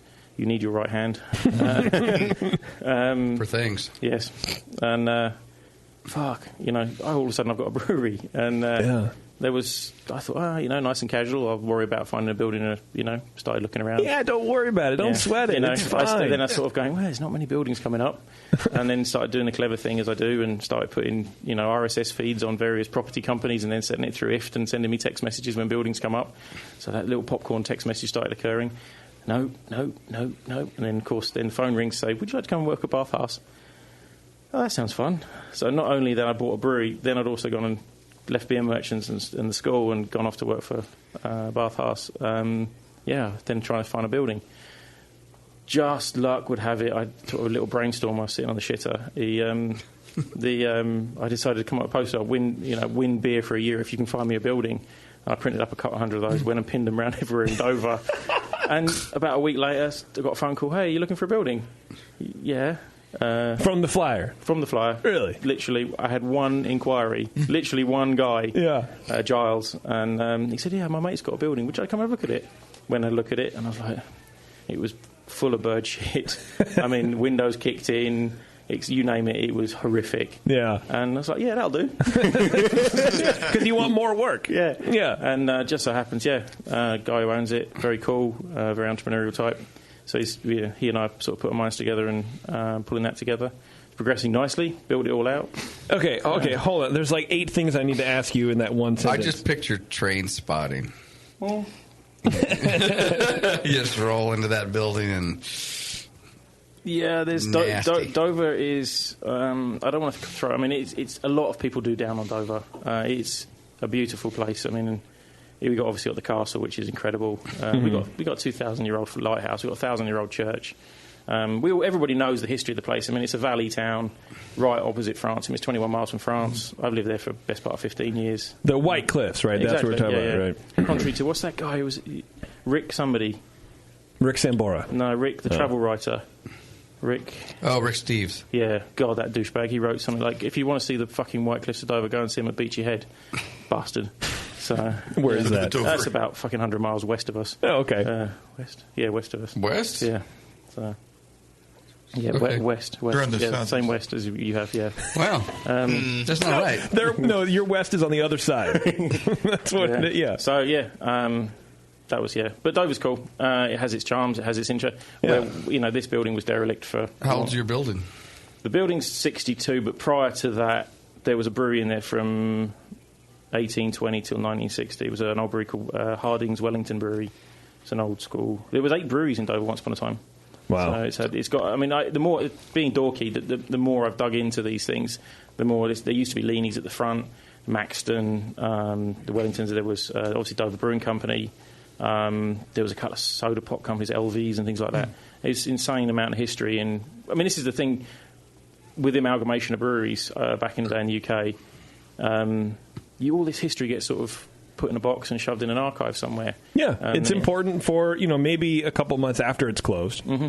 People go, oh, remember that spot? It's gone now, and then that's it. Yeah. But it's it's a really nice site. Got a little waterfall right beside me. Sincerely, actually got a little waterfall right outside we've got a little terrace we put on there right opposite the brewery. So let's get back to the important part. So this guy won free beer for a year, but he's the only one that cared, which is fine. That's good. It only takes good one. For him. Only takes one. But I like the odds of. I mean, what are the odds, right? Of printing up these flyers, having 100 or so people see it, and then the one person who calls is the one person who has a brilliant idea, man. I got to give you a high five on that one. So what kind of beer does he win? Like just a bunch of Budweiser? He can drink whatever the fuck he likes. Because really? I've got a building with a brewery in it. So is it your beer? Yeah, like once you get up and running and brewing beer, he drank there for free for a year. So he's fuck. He drinks awesome. A lot. I hope so. Like tasty a lot. Oh no, Englishman for a lot. That's scary. So. It'd be great if he was more of a cider guy. He's like, Well, fine. in case I find myself there someday, what kind of lineup would I expect to find at Breakwater Brewing? People know me for hoppy beer, so it will be hoppy beer. Well represented there. Yeah, but I mean, but you have other beers. I've got to cover a lot of bases. There's a lot of people locally want to drink.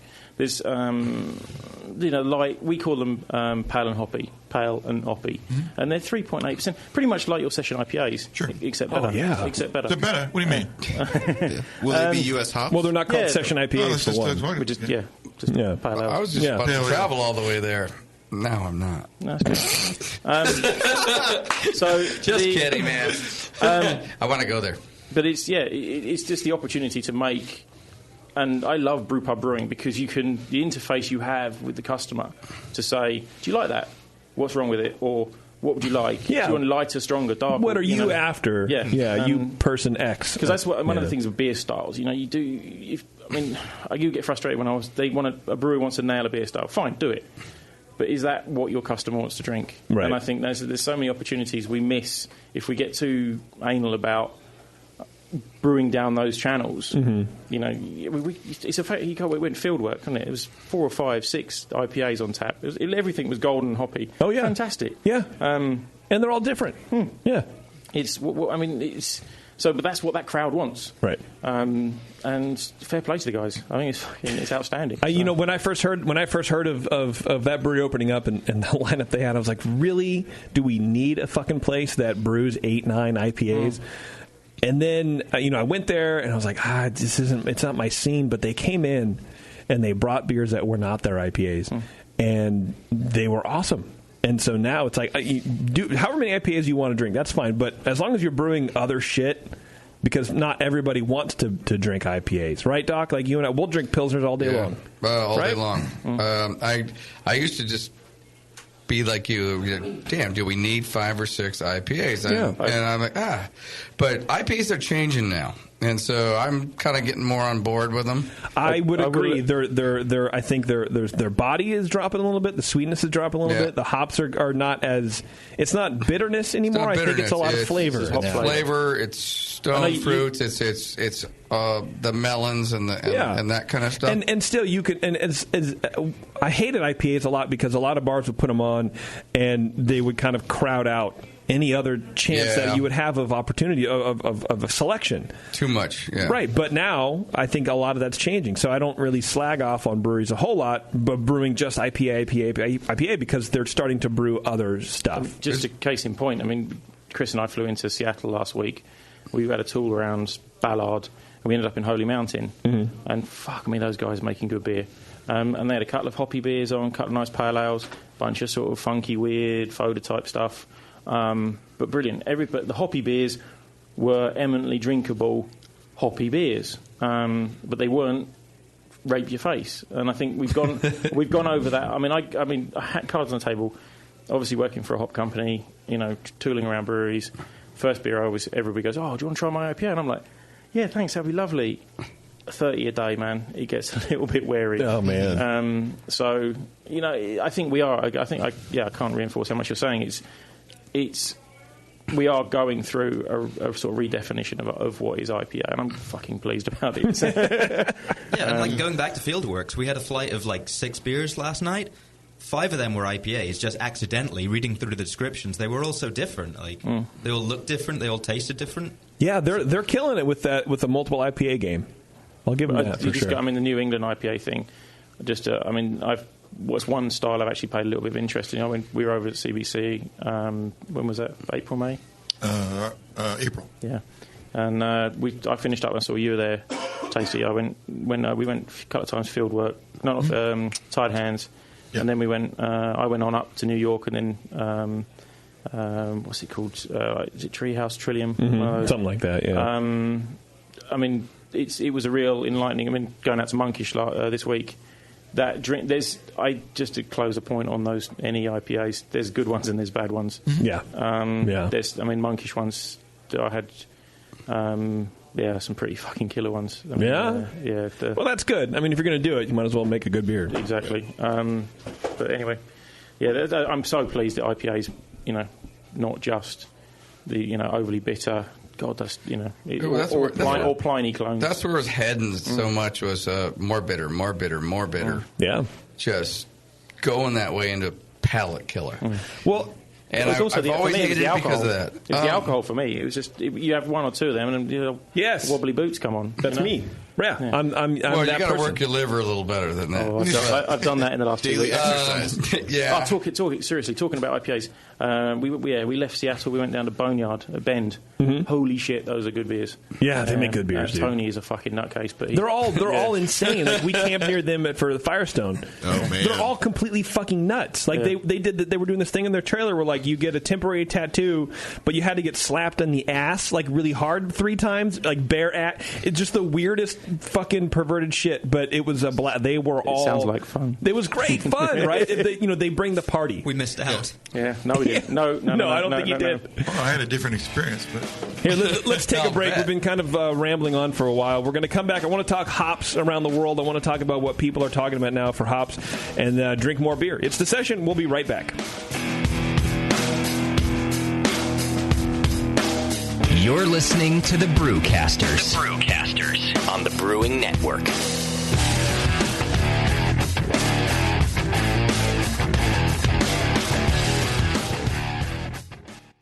Do you know the 3 most important rules in brewing? Sanitation, sanitation, and sanitation. And no one does it better than 5-Star Chemicals. 5-Star knows sanitation. You can only sanitize clean equipment. And 5-Star knows how to clean, too. For craft brewers and home brewers, 5-Star has what you need to keep your fermenters, serving tanks, kegs, and draft lines sparkling and free of any beer-spoiling bacteria. PBW, caustic, acid cleaners, Star San, SanaClean, lubricants and defoamers, pH stabilizers, and more. 5-Star Chemicals has cleaning supplies, safety supplies, heat exchangers, pumps, hoses, and valves. And 5-Star is proud to offer eco-friendly products that exceed customer expectations. If you have a cleaning problem, you need the 5-Star solution. Visit 5starchemicals.com or call 800-782-7019. 800-782-7019 and get the 5-Star treatment today. If you haven't heard, there's a completely new brand of brewing equipment. Kettles, burners, and accessories. Trustworthy everyday gear that helps you forge and shape outstanding beer the way you want. It's called Anvil Brewing Equipment. Hi, I'm John Palmer. You may remember me from such self-help books as How to Brew, Brewing Classic Styles, Water, and the Brew Strong podcast. I am very pleased to announce the debut of Anvil Brewing Equipment from Blickman Engineering. I have been working closely with them these past few years to develop products that combine the best of materials, features, and price point. Each of these products has been developed, tested, and reviewed to meet these ideals and bears the Palmer Brewing Solutions stamp of approval on the packaging. Anvil Brewing Equipment, inspired by Palmer, built by Blickman, and made for you. Check out anvilbrewing.com. Anvil. Durable, reliable, dependable. That's it. I've had it. I am never putting hops in my beer again. What? Why? It's just too ridiculous. Insane prices, stupid contracts, high shipping costs, crappy selection. Dude, you need Nico Brew. Nico Brew will rock your f***ing face right the f*** off your f***ing skull. $5 shipping to all 50 states. Plus fantastic international rates get you low prices on Nico Brew's great selection of hops and more. Whether you're a home brewer, a pro brewer, or a homebrew shop owner, Nico Brew can get you the hops you need in increments big and small, single orders, spot buys, or full contracts. And there's only one place to join the uber special secret elite Bare Bones Club, where you'll get the best deals anywhere. Holy shit! NicoBrew.com. NIKOBREW. Nico Brew, your bare bones buddy in the brewing business. If you work in retail sales, the restaurant industry, or are a new craft beer enthusiast, or you know someone who is, you have got to check out Beer 101. Beer 101 is an online course created for anyone wanting a quick introduction to the vast world of craft beer. Beer 101 covers the history of beer, brewing ingredients and processes, vital stats like ABV, SRM, IBU, and gravity, styles, tasting, glassware, and pairing beer with food. The Beer 101 course is offered by the Brewers Association at craftbeer.com. Also home to the truly awesome Beer Style Finder, a visual guide to every beer style. Quickly play with color, bitterness, and alcohol content to interactively explore the entire world of beer styles with a gorgeously designed interface to your favorite beverage. The new Beer 101 course and new Beer Style Finder are only available at craftbeer.com. Craftbeer.com, celebrating the best of American beer. Williams Brewing is your online resource for prompt delivery of quality home brewing supplies. Since 1979, Williams Brewing has offered the finest equipment and the freshest ingredients, backed by the best customer service in the business. Do you like to mash using efficient fly sparging, but would like an easy way to heat your strike and sparge water? Enter the new Brewer's Edge electric mash water heater, a plug-in, anywhere, precisely controlled heater for strike and sparge water. Ditch the fumes and second burner and make mashing easy. Go to williamsbrewing.com today and browse their vast selection. That's williamsbrewing.com. Orders placed by 4 p.m. Pacific Time weekdays ship the same day. Brewing is easy the Williams way.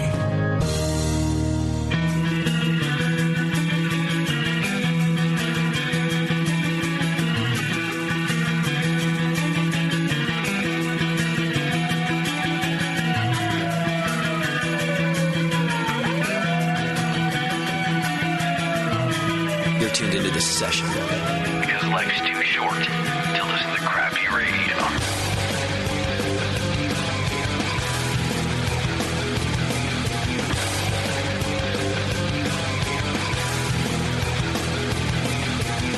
Hey, thanks for sticking around, everybody. Before we get back to tasting some great beers, I want to tell you guys about Great Fermentations. They have the largest catalog of Blickman products on the web, and their staff is some of the best trained in the biz at using Blickman products. They offer top-notch customer service and same-day shipping on many items. Check them out at greatfermentations.com. Be sure to like them on Facebook at GR8 Fermentation and find them on Instagram and Twitter as GR8 Fermentations. Greatfermentations.com. I love the sound of... That was really good. It's good, right? That was a good live read. Yeah, apparently my tantrum worked. Yeah, which is nice. It's always nice when your tantrum actually works and you don't just come off like a big baby for no reason. You get current copy. I sent an email. I was like, oh, look, I don't know who owns the sponsor, but we sound like retards. I'm just going to say it right now. Like we don't more so than normal, right? Like, first of all, what person is this? The third person or the first person? Who are we talking about currently? We can do anything we want. That's true. Anything. That's true. Welcome back to the show, everybody. We are now going to stop talking to Phil, and we're going to start poking at Chris. Hey, Chris. How you doing, buddy? He's on your Give me that. Be careful. Thank you very much. All right, Chris, say the name of your brewery again, please. All right, so it's Pohjala. Pohjala. Jala. Yeah, exactly. Pohjala. With the squiggly O over there. Squiggly O. And that means like Northern Lands, Northern Territory. Okay. How long did it take you to learn that? I'm still learning. Every time I try and say it, I have a little bit of doubt in me. So where are you from, man? Are you not from... where's your brewery located? You said Estonia, but... Yeah, so the brewery's in Estonia, just sandwiched between Finland, Sweden, Russia, etc. Okay. You're just driving through and yeah, exactly. stop. This is a good spot. Ran out of gas, and there you go. You might not want to take a little bit more to a right. So don't walk too far in that direction. No, how did you end up brewing in Estonia? So originally, I'm from the UK, like born up in Scotland rather than England. I could tell that. That's good to know. Oh, definitely. That's definitely. You don't sound like this bloke. It's great to know. Just in case I wore some extra special sandals. Oh, there you go. Yeah. Wow. That's the Scottish flag. Doesn't work on radio. Anyway, I've never seen those. So yeah, I was brewing up in Scotland with. Okay, yeah. I'm laughing at Doc, not you, Chris. Don't worry about it. The laughing at me will come later. Yeah, probably. Or at me, rather. Maybe. But yeah, I was brewing up in Scotland with Brewdog, a tiny little brewery up there. And, met the guys that wanted to start up the brewery, and we kept in touch. I was ready to get out of Scotland, and Estonia kind of wooed me. How? It's, well, for one, it's a country which has... Not yet. It's got the highest ratio of women to men in the whole world. No, it doesn't. So How's that working? Literally does. How's that working? Awesome. Ask Phil. She's lovely. Doesn't know where his eyes are. Get you. Whoops. But yeah, so between the fact that it looks like a medieval village in the castle, it's a beautiful place. And it just kind of won me over. And the fact that I got the chance to do whatever I wanted with the beer was another pretty big win. And it's got 24-hour drinking. Okay. Yeah. I might need to move to Estonia. You didn't believe me, right? I didn't believe you. So apparently, and I don't want to say that you're wrong, but the Northern Mariana Islands has which is a commonwealth of the U.S. So essentially the U.S. has more. Second is Estonia. What do you think of that? But more women to men ratio? Yeah, like Northern Mariana has like 1.06 at birth, and Estonia has 1.063 at birth. Yeah, I don't know what that means, man. Because gotta get them young. I guess. I don't know. Stop it. That's terrible. Jesus. You should Google image Estonia though, because that makes me want to live there. Really? Gorgeous. It's it's a great place. It's beautiful. I mean, I've been up to Chris's festivals and what have you up there, and it's worth going. Okay, so it has a bunch of good-looking women. Well, he didn't say that. He just said more women. Well, that's probably true. That's where somebody's eyes should be. Wow. Okay, so how do you get there? You take a plane from here somewhere else. How did you get there, dummy?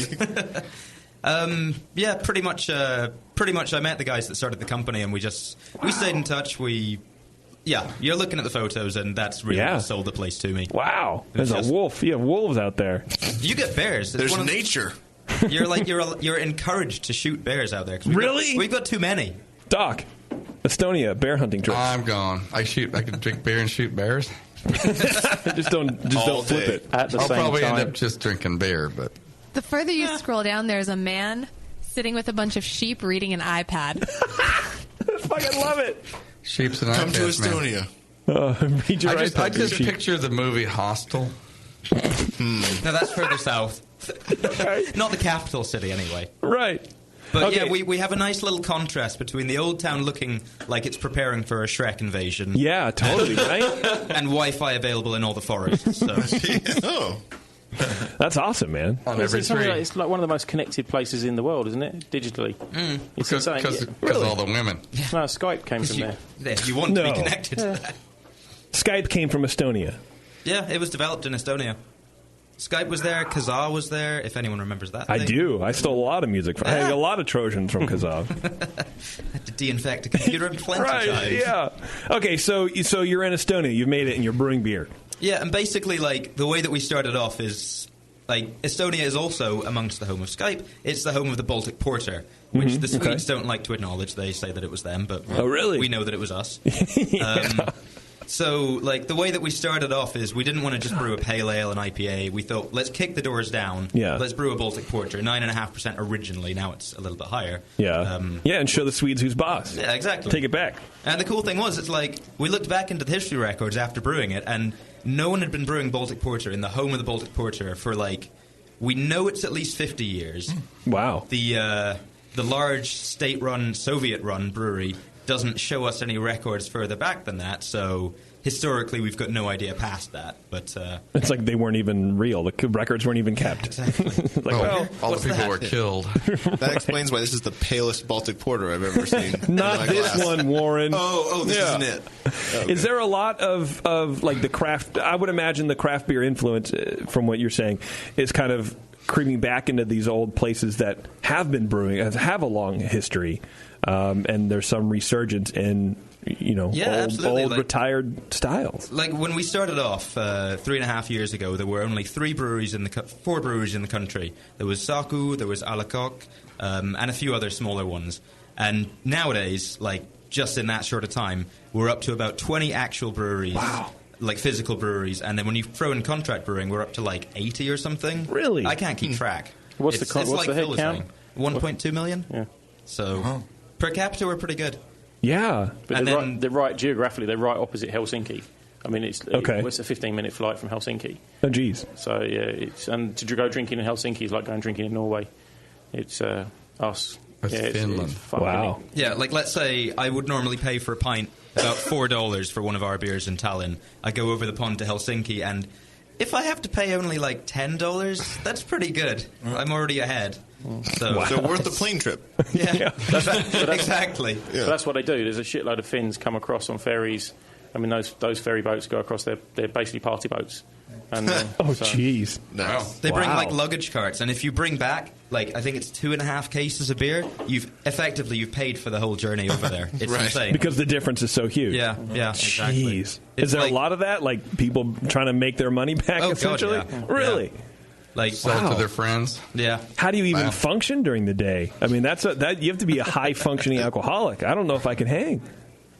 These guys are insane. They go in the boat, they start off with bingo and karaoke and beers at 7 a.m.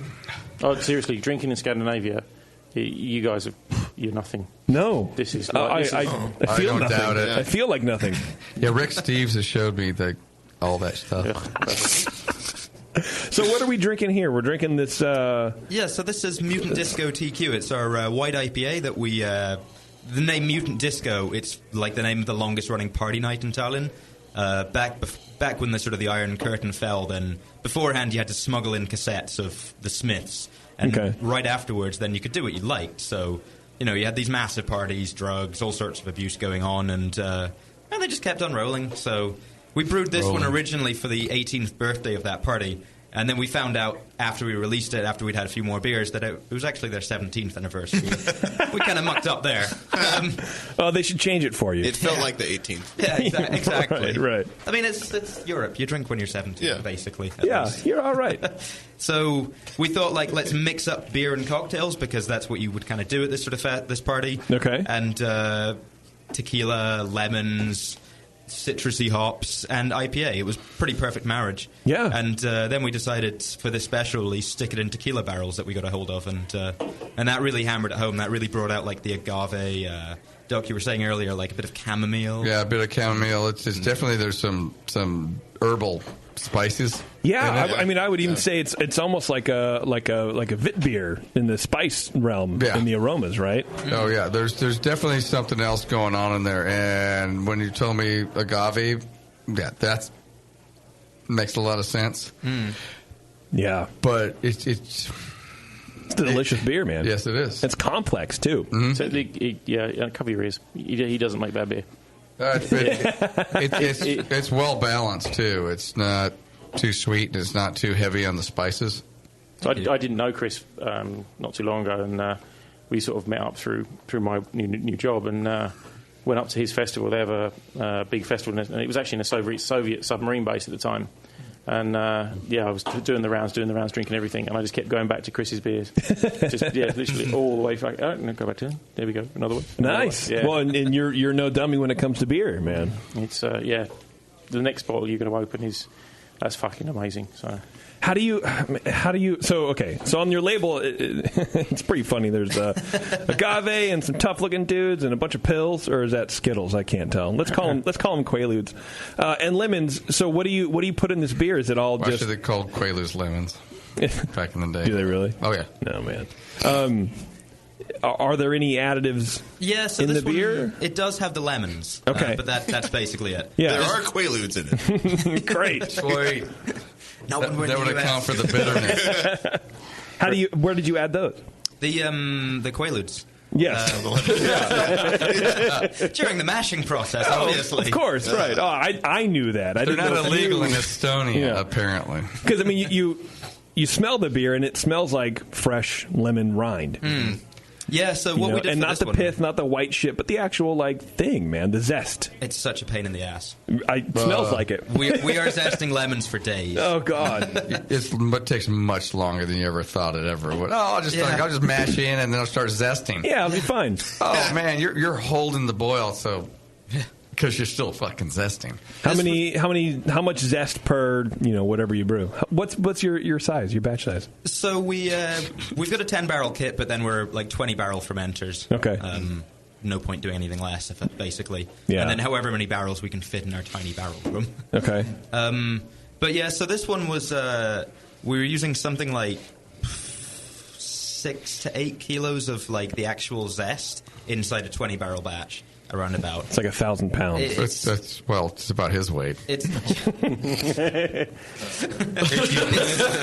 this has got to be the first time you can actually ever take sizes jokes on somebody. Yes, I did. Yeah, I think Chris is shorter than Doc. God, it felt good, too. Now you know how see we why feel. People do it. Yeah. Welcome to the party, Doc. All right. Yeah. Because we get outside this room and me and him, we got to defend ourselves after this. You mid-sized man, you. So you have all the zest. It's about 15 pounds. Where do you throw them in? Yeah, so basically what we did for this one, normally with the unbarrel-aged version of this beer, we chuck it in basically after dry hop when the beer's cooled down to, I'm going to say in metric, 0 degrees Celsius. Okay, we'll do the math. Sweet. 30. 78 degrees. Yeah, there we go. 30-something. Hotter than the sun. We've got a Maheen that we bottle off of, and we got the model just before they put on the metric conversion, so I've had to learn like various Fahrenheit temperatures. Oh, there you go. So you could have said it in Fahrenheit, but you just wanted to fuck with us. Exactly. No, that's good. Here to educate. We deserve it. Yeah. So pretty much we add them in the sort of after the fermentation. For this particular one, just to kind of keep the aroma of those as good as we could, we put them in after we'd pulled it out, after we'd racked it out of the barrels stuck it back into a fermenter. Same with the dry hops on this one. We dry hopped it. You're going to bottle out of that fermenter then? Yeah, exactly. That's a fantastic tasting beer. I've never tasted anything like it, to be completely honest. I mean, I don't drink a lot of white IPAs either, but really unique. That's a it's super unique, right? Just calling a white IPA doesn't do it justice. There's too much going on in there. That's a good point. Just calling a white IPA, that's just too simple. There's too much going on. Well, what is a white IPA? Tell me the base beer for this. Well, I mean, we had to put IPA on the label just to make it sell. I get it. I totally get it. So there's no hops in it. Yeah. No, but the white IPA, that's something that I've always been playing around with. At Brewdog, I think I probably brewed the first white IPA in the UK. I don't know that. Phil, you could probably correct me on that. I don't know. It was draft only, and for me, a white IPA, I know that you guys have a load of different ones up in the States, a load of different examples. For me, it uses shitloads of oats, lots of wheat, and it's got a sort of more New Zealand hop characteristic to it. Sometimes coriander, sometimes not, but no special yeast in there, just standard. We use San Diego Super in this one. Well, that's probably why you got the wit characteristic out of it, JP. Oh, yeah, for sure, right? Because of the oats and the wheat. Yeah. Well, I was even thinking just from the spice. Right. Like it tasted like a coriander addition or something like that. But it also had a great mouthfeel to it. It wasn't thin, wasn't dry. It just it just balanced. It was fucking killer. I wish we could pronounce your brewery's name so we could tell people Keep to go going, buy it. one more time. Pohjala. Close. It's just you can anglicize it just Pohjala. Pohjala. But it's Pohjala. Pohjala. Oh, yeah. Pohjala. I like when you say it, you're like, it's like, it blew, dude. Come on. You should know this by now. There we go. Yeah. Said it twice, right? Should be enough. just going on to the naming, then this is going to be another fun one. Because yes, we the cracked name of this beer one. gets easier to say Oh the my more you God. drink of it. It's two fucking zeros, two O's, each with an umlaut over it, and then an XO with no umlaut. How do you say that? XO. No, it does. Stop it. Isn't that bar in Walnut Creek? That's not the Oh. Well, XO. It is Yes, Seriously, zero. I'm stupid. An O with an umlaut, an O with an umlaut, an X and an O. XO. XO, duh. Okay. The XO is because it's like cognac barrel aged, and we weren't allowed to say it was in the name of the beer. We weren't allowed to say it was cognac barrel aged. Cognac's got an appellation. We can say it in the description right below it, but we couldn't say it there. So your original idea was just to come up with a beer called... What governing body controls that? It's an AOC. It's a European body. European Union kind of thing? I guess so, but it's AOC, Appellation on Origin. And you have to apply when you name a beer? And you have No, nothing like that. Not always. In Estonia we do, though, and they said, like, if you try and put it out as cognac barrel-aged, then... You know, it's going to be fine. We'll approve it, and then we'll get slapped with a massive fine. So please don't. For our sakes. Protecting the cognac name. Yeah. You would get customer confusion. That's why they did that kind It's the same nose, camembert cheese and things like that.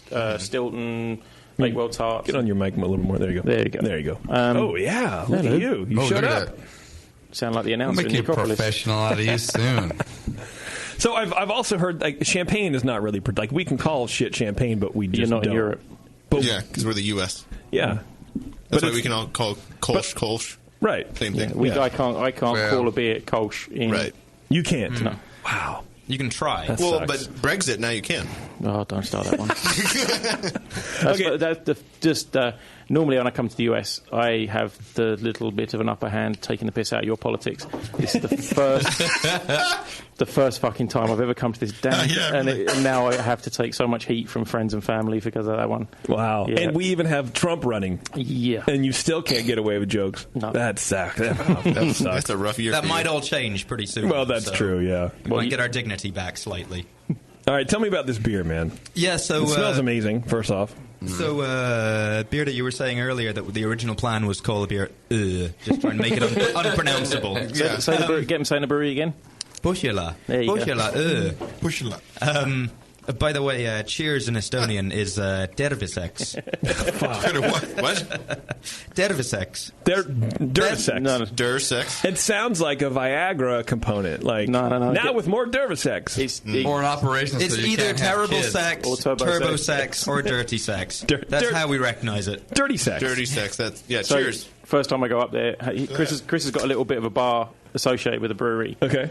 Called the Speakeasy, and we finished up in the festival, as you do, a few after-hours drinks, pole back to Speakeasy, hanging out. I get to bump into a couple of other friends, and my friend's wife says, and I said, oh, what's, just innocently, completely, honestly, innocently, said, what's cheers in this? Because I love learning what's cheers in different, Kampai, etc., etc. Yeah. And she said, Dervizes. And this was, bear in mind, this is like 1 o'clock in the fucking morning in a loud, small, wooden-lined bar. And I was like, what the fuck did you just say? And my brain went, terrible sex. And I just thought, what is that for a fucking introduction? Did you ask them how to say 12 months in Estonian? No, go on. Cocks taste good. It doesn't. I'm not sure if I believe you. And I like the plural, too. Yeah, multiple cocks. Hey, Bev, you want to learn Estonian? Okay. 12 months. Yeah. Tell her how to say 12 months in Estonian. So that's cocks taste good. No, it's not. Yeah. Do it on... I believe him. JP, can you hook up Google Translate on that? Evo, how many months are in a year? Cocks tastes good. Cocks. You've gotten me a couple times, but you're not getting me with that one. I think we are. I don't know, dude. 12 months. I wonder if they have Estonian. Yeah, fuck, they sure do. I wonder if Google has Estonian. How do you even do it? Try typing the 12. Oh, okay. I tried this today, and that was fucking me over, too. Because it wasn't Estonian. I was just trying. Chris has got a whole procession of collaborations that come, some of the stuff he's done with Tuol. 12 months. 12 months. No. Isn't that English? 12 months. I don't know. It's not working. Anyway. But Chris has done I'm taking your word for it, though. You can YouTube it later. Cox tastes There's good. literally far too many videos of Estonian women saying it. Really? Oh, really? Oh, there we go. That doesn't mean they're saying 12 months. Now They could just be JP's really saying- doubling down now. He's looking for the women singing. Yeah. Am I going to come up with some weird shit? No, this is long winter nights in Tallinn. Yeah. How is a woman saying Cox tastes good validation? We're learning Estonian language. Can you help us? Yeah. How do you say 12 months in Estonian? 12 kuud. Sorry? 12 kuud. Ah, okay. That's good. One more time, sorry, I'm a bit hard of hearing. 12 Cox taste. kuud. Do that. Oh, good. Oh, you just made, just made JP's Oh, hell. Do they? Next Google search, how much are flights to Estonia? Right? Jeez, now that I've man. dragged the name of the country through the mud slightly. Yeah, you're really representing well. Yeah. Let's get back to this beer. But yeah, so basically, that means night in Estonian, and that was the very first beer that we ever released, the Baltic Porter. okay. And then we've been brewing it ever since for 3.5 That's a delicious Baltic Porter. Yeah. If you, I can sort of taste it underneath the cone in the Imperial. But that's great, man. Thank you. It's one of the beers that we're most proud of. It does extremely well. Wow. Yeah, that's really good. Gets rated really Chris, high. what was that one you did? That was amazing. The one. You want more of that, Doc? The blue with the glittery wax on it. Please. Yeah, so we did another spiced. It was a spiced stout that we did with Tøl from Denmark, and that one was based off of a liqueur in Estonia, and we decided to have a little bit of fun. So we waxed these barrel-aged beers. Luckily, the ones that we've had so far haven't had wax on them. Yeah. Thank you for that. But this particular one, we decided to go all out, and we did white wax, and then we put like a glitter bomb inside it. So it looked like it was a party in your mouth, and then we thought, let's make the bottle a party. Yeah, but what was in for it? your eyes. That was what was in the beer. It was, and of course, the beer itself. Aniseed, cinnamon, some orange zest, and a little bit of this liqueur. But it had that really thick. When he poured it, it had this really thick chocolatey mousse on the head. Oh, it was man. fucking killer beers. Loads of oats, loads of carafa malts, and just thyme as well. So, Loads of thyme. in the home of the Baltic Porter, do you do it more on the lager side or more on the ale side? I would say we ferment it cool. Like looking back into the actual history of the style in Estonia itself, then it doesn't work that that it was lager yeast used. So to say, it was definitely fermented cool because we get down to minus 28 Fahrenheit in some of the winters. So you definitely mature it cold, but. It was started up again in Estonia by the Russians, trying to imitate imperial stout from the Brits. So it makes no Fucking sense. Russians, man. Can't do anything right. It's funny. There's still, if you go down to Poland, I spend a lot of time in Poland at the moment as well, and there's a lot of heirloom Baltic porters still down there. And what's frustrating is I'm going to these really nice, sometimes family-run breweries, been around for donkey's years, and they go, try my IPA, because IPA is super hot in Poland right now. And young guys, people leaving Poland, coming living in England, coming here on holiday, they're going back wanting those flavours. But the thing is, I get to two of these breweries, and I sort of out the corner of my eye, I'm seeing, a 20-degree Baltic Porter. Oh, geez. Fuck me, some of those. And I'm getting really excited about them. And they're going, what are you interested in that old man's beer for? I'm like, fucking hell. There's one from Sheshen, there's one from Cormoran. Fuck me, they're killer. They are, fuck. Is it... Part of this next question was sort of like the impetus for this whole show. Is the Western brewing culture sort of ruining beer for the rest of the world? I think to go to the answer before we sort of go through the whole diatribe, is we mustn't forget where we came from. Mm-hmm. We mustn't. If we lose heirloom beer styles, we're going to lose a lot of the roots of what's got us here in the first place. We've got to learn to celebrate. Especially the guys who are doing it.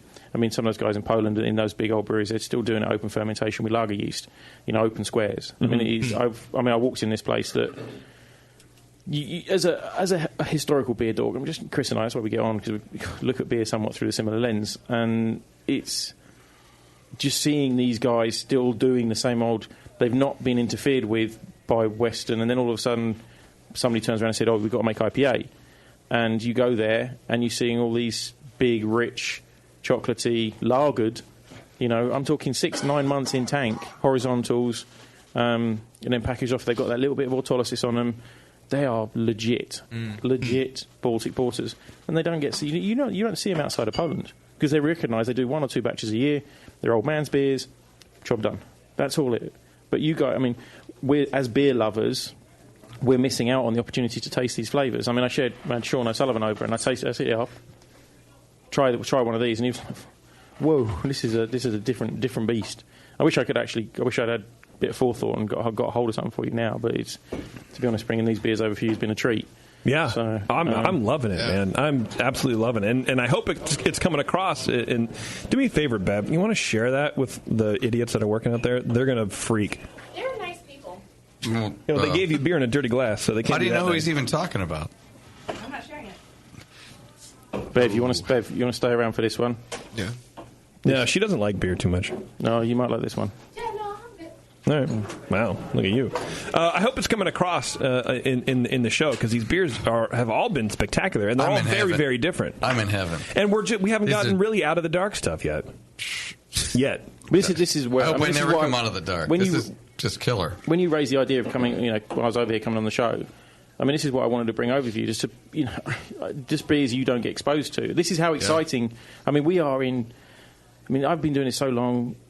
To see what is being produced out there, brewed and enjoyed. Then there's customers out there challenging us to brew more and more complex, more interesting, more diverse. I mean, what did you say this afternoon, Chris, in the car? Something we're in the sort of normal is, it's a life of strange or something like that, didn't you? Something it's. Like about the taps. Yeah. We're just keeping this diverse. We went to Monument Liquors on your recommendations. It's really cool. Yeah. But we were bimbling around there, tripping over bottles, and it's just like bizarre is the new normal. Good beer is the new normal. Yes. These. What'd you think of the selection over there? Oh, great. Yeah. Really helpful guys. Yeah. They know their shit too, man. Okay, so now we're drinking the Black IPA, the Black Forest IPA. Tasty, how do you say Chris's brewery again? Pohjala. The closest one yet. Yes. That sounds Hawaiian. Pohjala. Yeah. Pohjala? Pohjala. Wait, no, he's changing it. Now it's sounding more Greek to me, so maybe I can get on with it. Pohjala. Oh. There we go. Pohjala. That's not that bad. See? There you go. What? Right. Say it again. Christos Anesti. Pohjala. Is that right? That's actually very close. Pohjala.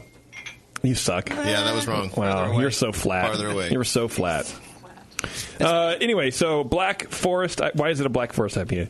So can I guess because it's in the Black Forest? Nope. Oh shit. Close. Because there's cocoa nibs and raspberry in it. So this one, we call it a Black Forest. It's actually like a literal description. It's a black. It's kind of a bit of the wrong way around order. It's a black IPA from the forest, so to say. Okay. So we're using forest blueberries from Estonia, and we're using spruce tips that we pick at a certain, like within about a week of the year. Forest blueberries. Yep. Am I going to trip? Is this legal to bring over? What? I don't even understand. I mean, Phil was the mule, so you'll have to ask him. He's the one who's going to go up the fucking river. I would like to go home. Yes. That's why he's dropping this beer off. Yes. So, because you, what did you say you thought was in here, Warren? Had you tried it first? Oh, cocoa nibs and raspberries? Yeah. That's just because like a Black Forest cake is a chocolate cake with raspberry. Oh, okay. Had you had the beer? No. Because that's That was what it just a tastes guess. like. Taste it. It tastes like blueberries. Oh, to me, once you said that, I was like, oh yeah, it totally does taste. I even forgot what you said now, but cocoa nibs, nibs and raspberries. And raspberries. It has a raspberry. Yeah, I can get the raspberry now that you mention it. Thing, right? I didn't. Yes, there's raspberries and cocoa nibs in this beer. Just like I said the Thanks, first man. time. Thanks, Doc. You got to get in on this. JP, do you worry that we sort of throw the baby out with the bathwater? We go too far with beer. We forget drinking beers. We forget. I know it's a bleeding obvious question. I know you expect to say yes, but it's yes. Fuck off. Yes. Yeah. I do, but at the same time, if we didn't do the kind of things that we're doing now, making weird fucking beers, we wouldn't have a beer like this. And so we wouldn't have this kind of stuff. I guess I get concerned when we are only focused on the experimental beers, and we're not concerned about, like you were saying, how we got here in the first place. When we stop making session beers, bitters, ESBs, that kind of shit, fucking pale ales. When's the last time you had a pale ale from a brand new brewery? They're hard to find. Doesn't right? exist. Now it's Gozas and all sorts of funky shit. So that's what concerns me a little bit. I don't mind pushing the envelope and changing stuff, but as long as you can make a Kolsch, like spend your time making a proper Kolsch.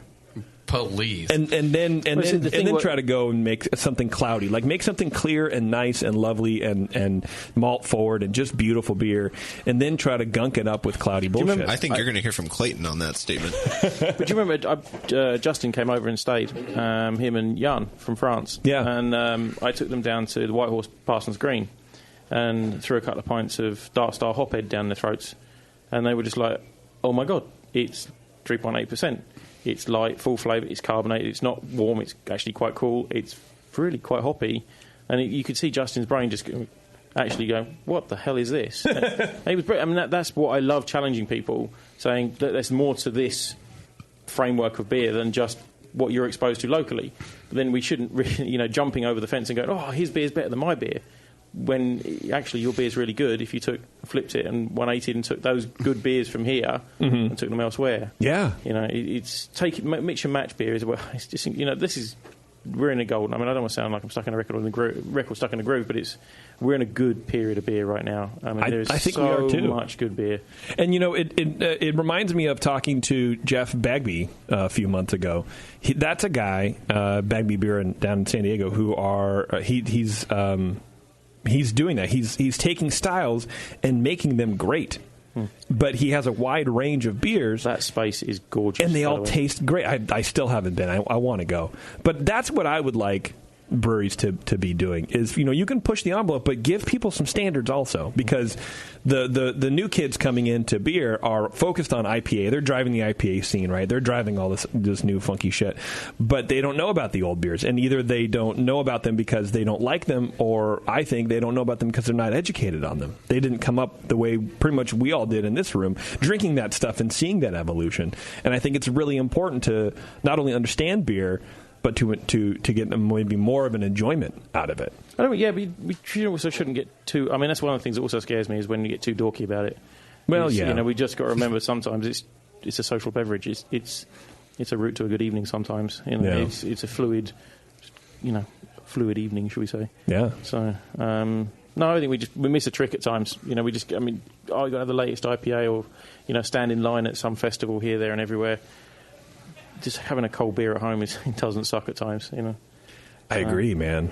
I definitely agree. This is a fantastic beer, Chris. This is really good. Yes.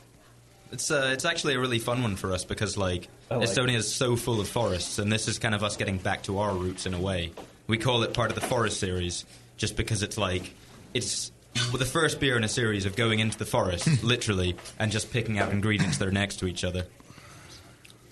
I definitely get the spruce character. Yeah. Sure. Try the grapefruit one. And it's got a really nice interplay, as it ages, because the spruce comes I bet it changes over time. Yeah, sure. Oh, that's weird. So do you just throw the spruce tips loose in the kettle? No, we do it two different ways.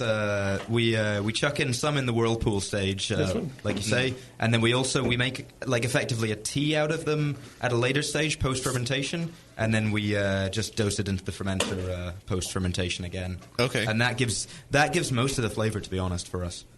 Okay. Do you get bitterness from both editions, or more from one than the other? I think we get a little bit from the whirlpool, not a lot, but we don't really get any from the. We get really when you pick the spruce tips at the right time and you flash freeze them and you keep them frozen and vacuumed, then you get a really nice sort of tangy, citrusy note coming from them. And that comes out a lot more as it ages. In the beginning, you get a lot more resininess coming, but as it ages, then it's got a really, really nice... this is an IPA. This is the only IPA that we send over to the States because we think that it's actually even better, around about 3-4 months old, when the hops have faded just a little bit, but the other notes come into play. Oh, we can get your beer out here? Sometimes? Probably not. We're just starting up with cheers. We're just starting up with Shelton Brothers. We've done a few festivals like the Cigar City Hunapoo's Day and a few other ones, but yeah, we're pretty small. We're officially not a craft brewery in Estonia as of today. Really? Yeah. Happy birthday? I mean, is that a good thing? No, because we have to pay more tax. But, but the limit is pretty hilarious. It's like 2,400 barrels, so if you want to make a living, you can't be a craft brewery. So now you're macro. Yeah. You're the big boys. We're the big guys. Yeah. You're going to buy Phil's brewery. Bev, you forgot your beers. Also, do you want some of this sour beer we're opening right now? Yeah, Bev, you need to try this one. Okay. She can't handle it. Man, I cracked the top and I could just smell it already, even from 2 feet away. Nice, isn't it? I've had to drive around with Phil with all of these in his trunk for the whole time. That must have been amazing, No, you haven't. dude. They've been here half the time. What are we drinking, Phil? What is this? So it's I can't pronounce it. I'm not even going to bother. Pohjala. Yeah, he's getting it. There we go. Pohjala. Pohjala. Cocks taste good. Yes, they. Wait, what? So it's Golders Blossom. It's lambic from a little restaurant outside of Brussels called the Heeren van Leeuwenkerk. A lot of beer geeks will know it. It's the place you go to drink funky, weird gers, not just your generic stuff. And they have a fantastic relationship with a whole bunch of the gers blenders, and they've had a whole series of their own gers blended for them. Wow. You might have seen Rosenblau, you might have seen various anniversary ones done, between Cantillon and Dryfontein, but that's one they just had done. It's the elderflower. I'm looking on the bottle for just a word of English, and I see water. Throw you a bomb. It's got nice presentation, Spumante bottle with hand painted flowers all over it. So it's great, man. There's probably some water in there. Godelli's? I don't think that's English. Blossom. Godelli's Blossom. Yeah, he does. Elderflower goose. Elderflower goose. And what's the brewery again? I'm sorry. I think that was made by Lindemans, because I did actually. I'm a bit curious to see if they actually did release something similar. Brewed and bottled by Brewery Lindemans. But this one, it does taste slightly different. So, it's Liesenbeek Special Elderflower Blend 2015 for Godel de Four. But yeah, one thing, because I used to work for beer merchants, and I've obviously living in Dover, so close to Belgium, I've had an affinity for. Well, shit, I was 18. I went over to West Vleteren for my birthday. Oh, jeez. That's a hell of a birthday present. Well, it's only 45 minutes drive from my house. Once you go over the water, it's not far. It's actually, now they've got Wi-Fi, it's become sort of a bit of a home office for me occasionally. I'm going to send you a bunch of money. So yeah, is it the blonde? You're always digging on that blonde. I love that beer. I forgot to. I've got a bottle sitting on my kitchen table for you. Oh God! But anyway, in Dover. That's the best beer that I've had in my entire life. The best beer I've ever had. It's funny how many you watch. Everybody, you can always tell the beer geeks and the locals in West Vleteren in the Verleden. You can always see the tourists and things, because they're always chugging down the 12s, the tourists, and then the locals are sitting there supping on their blondes. God, yeah, But yeah, this. So I was over there recently, and I grabbed you a couple of bottles of those. Oh, thanks, man. And I thought it was really nice. So, and he drank all of them. Yeah, for sure. So here, while we're talking about the lambics, let's talk about hops real fast, because you're in the hop industry. Mm-hmm. And you and I were chatting briefly about some new funky hops coming out that we should all be kind of paying attention to. I don't know if we can talk about it, but well, you can. I actually did ask them. I actually did. This is how conscientious I am. I did actually go and ask permission. Okay. Good boy. It's been like let behind the curtains. It's like going behind the scenes of a gig. It's fantastic. All these. I mean, I've always been a bit of a hop dork brewing, and then I used to read up on papers and Christina Schoenberger and people like that.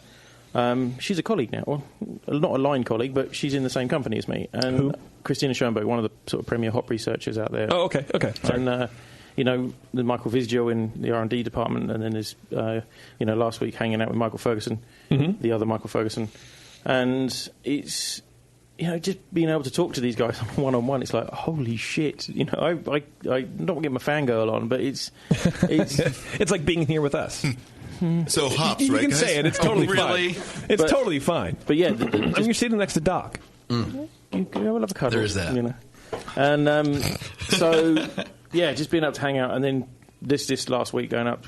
Chris and I went and hung out in the research fields and got to see what was coming out of R&D effectively. Okay. I'm sure you all know the HBC hop breeding company. Yes. We've talked about it before, I think, on the show, right, Tasty? Yes. Yeah. HBC. Yeah. Okay, cool. Scratch over that one. But yeah, so we're part of Harsay. We have the privilege to be able to play with some of the gear out there.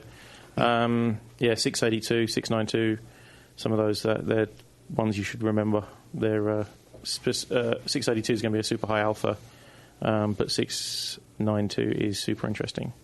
So I'm really looking forward to getting my hands on it. What's good about that? Just that sort What's of... different, I guess, just about big, it? sweaty, dank, tropical fruit thing. Really? Mm-hmm. That's where it seems like a lot of the new hops that are coming out are. But it's also those like was it 742? Chris has probably got his notes somewhere. But it's he's looking up Estonian women on his phone. Probably. Yeah, but there was like these hybrids off of this the Neo Mexicanus ones, the ones with the cedar coconut. Those they're 742 is super interesting as well. That's the one I was really digging at CBC. Okay. How much more wide can that spectrum get from that tropical fruit spectrum? Seems to be growing all the time. I'll chip in slightly. There was one that was a really big standout player. I hope I can mention it, but we'll find out after the show. Was HBC 477. Like, to me, that one it was raspberry milkshake. It was just like cedar raspberry milkshake. It was fantastic. Cedar raspberry milkshake. And so what would you fucking put that in? What would you put that in? Beer. Everything. Porter? Stick it in a porter with loads of lactose. In your Black Forest porter.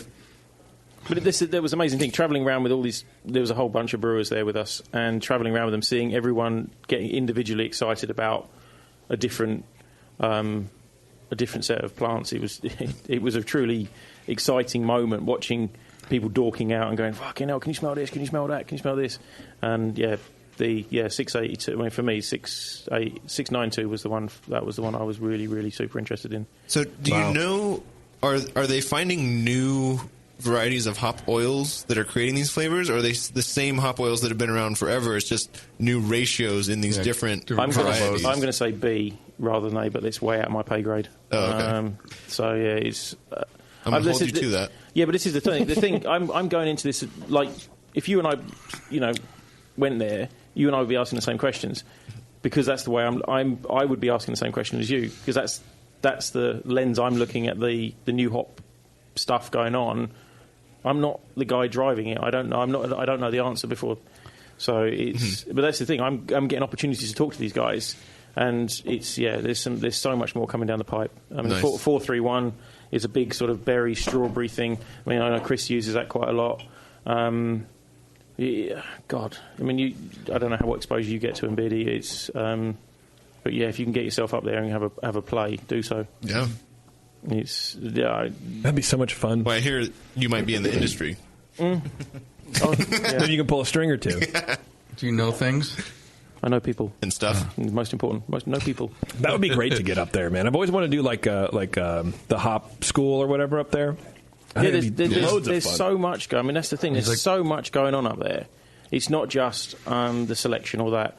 There's a lot of opportunities to go and interact on different levels. And this is a thing. As a brewer, and it's the first time I've ever been to hop selection. I've been around all the hop yards, apart from Australian ones. Now, I mean, not just to see in the sort of terroir of what's going on up there.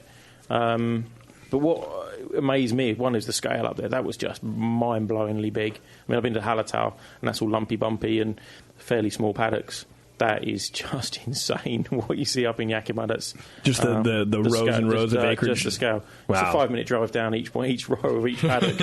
But that's obviously the big production ones. And then seeing the kilns and what have you, that was really seeing the Citra coming out this year was super cool. And everybody seems to be quite happy. It seems like it's a fairly favourable harvest. Even Centennials crop well. So, okay, so there wasn't really a variety people were bemoaning that it's not going to be concerned about. It's not like last year. Right, okay. So, so I joined Bathurst, and I literally got off the plane straight into. There's going to be a bit of a problem coming down the pipe, and I was like, oh shit. Just to bring you up to speed on this issue, so that was a bit of a stressful 6 months of the first 6 months of my job, but it's been good fun. I mean, it's been a real opportunity to see and meet. I mean, cards on the table. A lot of the guys you've been speaking to, you said to me, "Can you find me some people?" Yeah. And I've met a whole load of new people. I mean, Which has been great, by the way, and I really appreciate it, because what I didn't want to do when Bev and I started doing the production is to just, here's another California brewery, here's another American brewery, essentially, and that's all we kind of talk about. I want to see what other people are drinking. But I want to learn about what other people are doing and what drives them and what flavors they're all about. I think just to relate it to the hops, the way that Chris, this going back again on a microcosm, looking at how some of the brewers were interacting with the hops in the field, what they wanted from particular beers, because it's also been great experience too.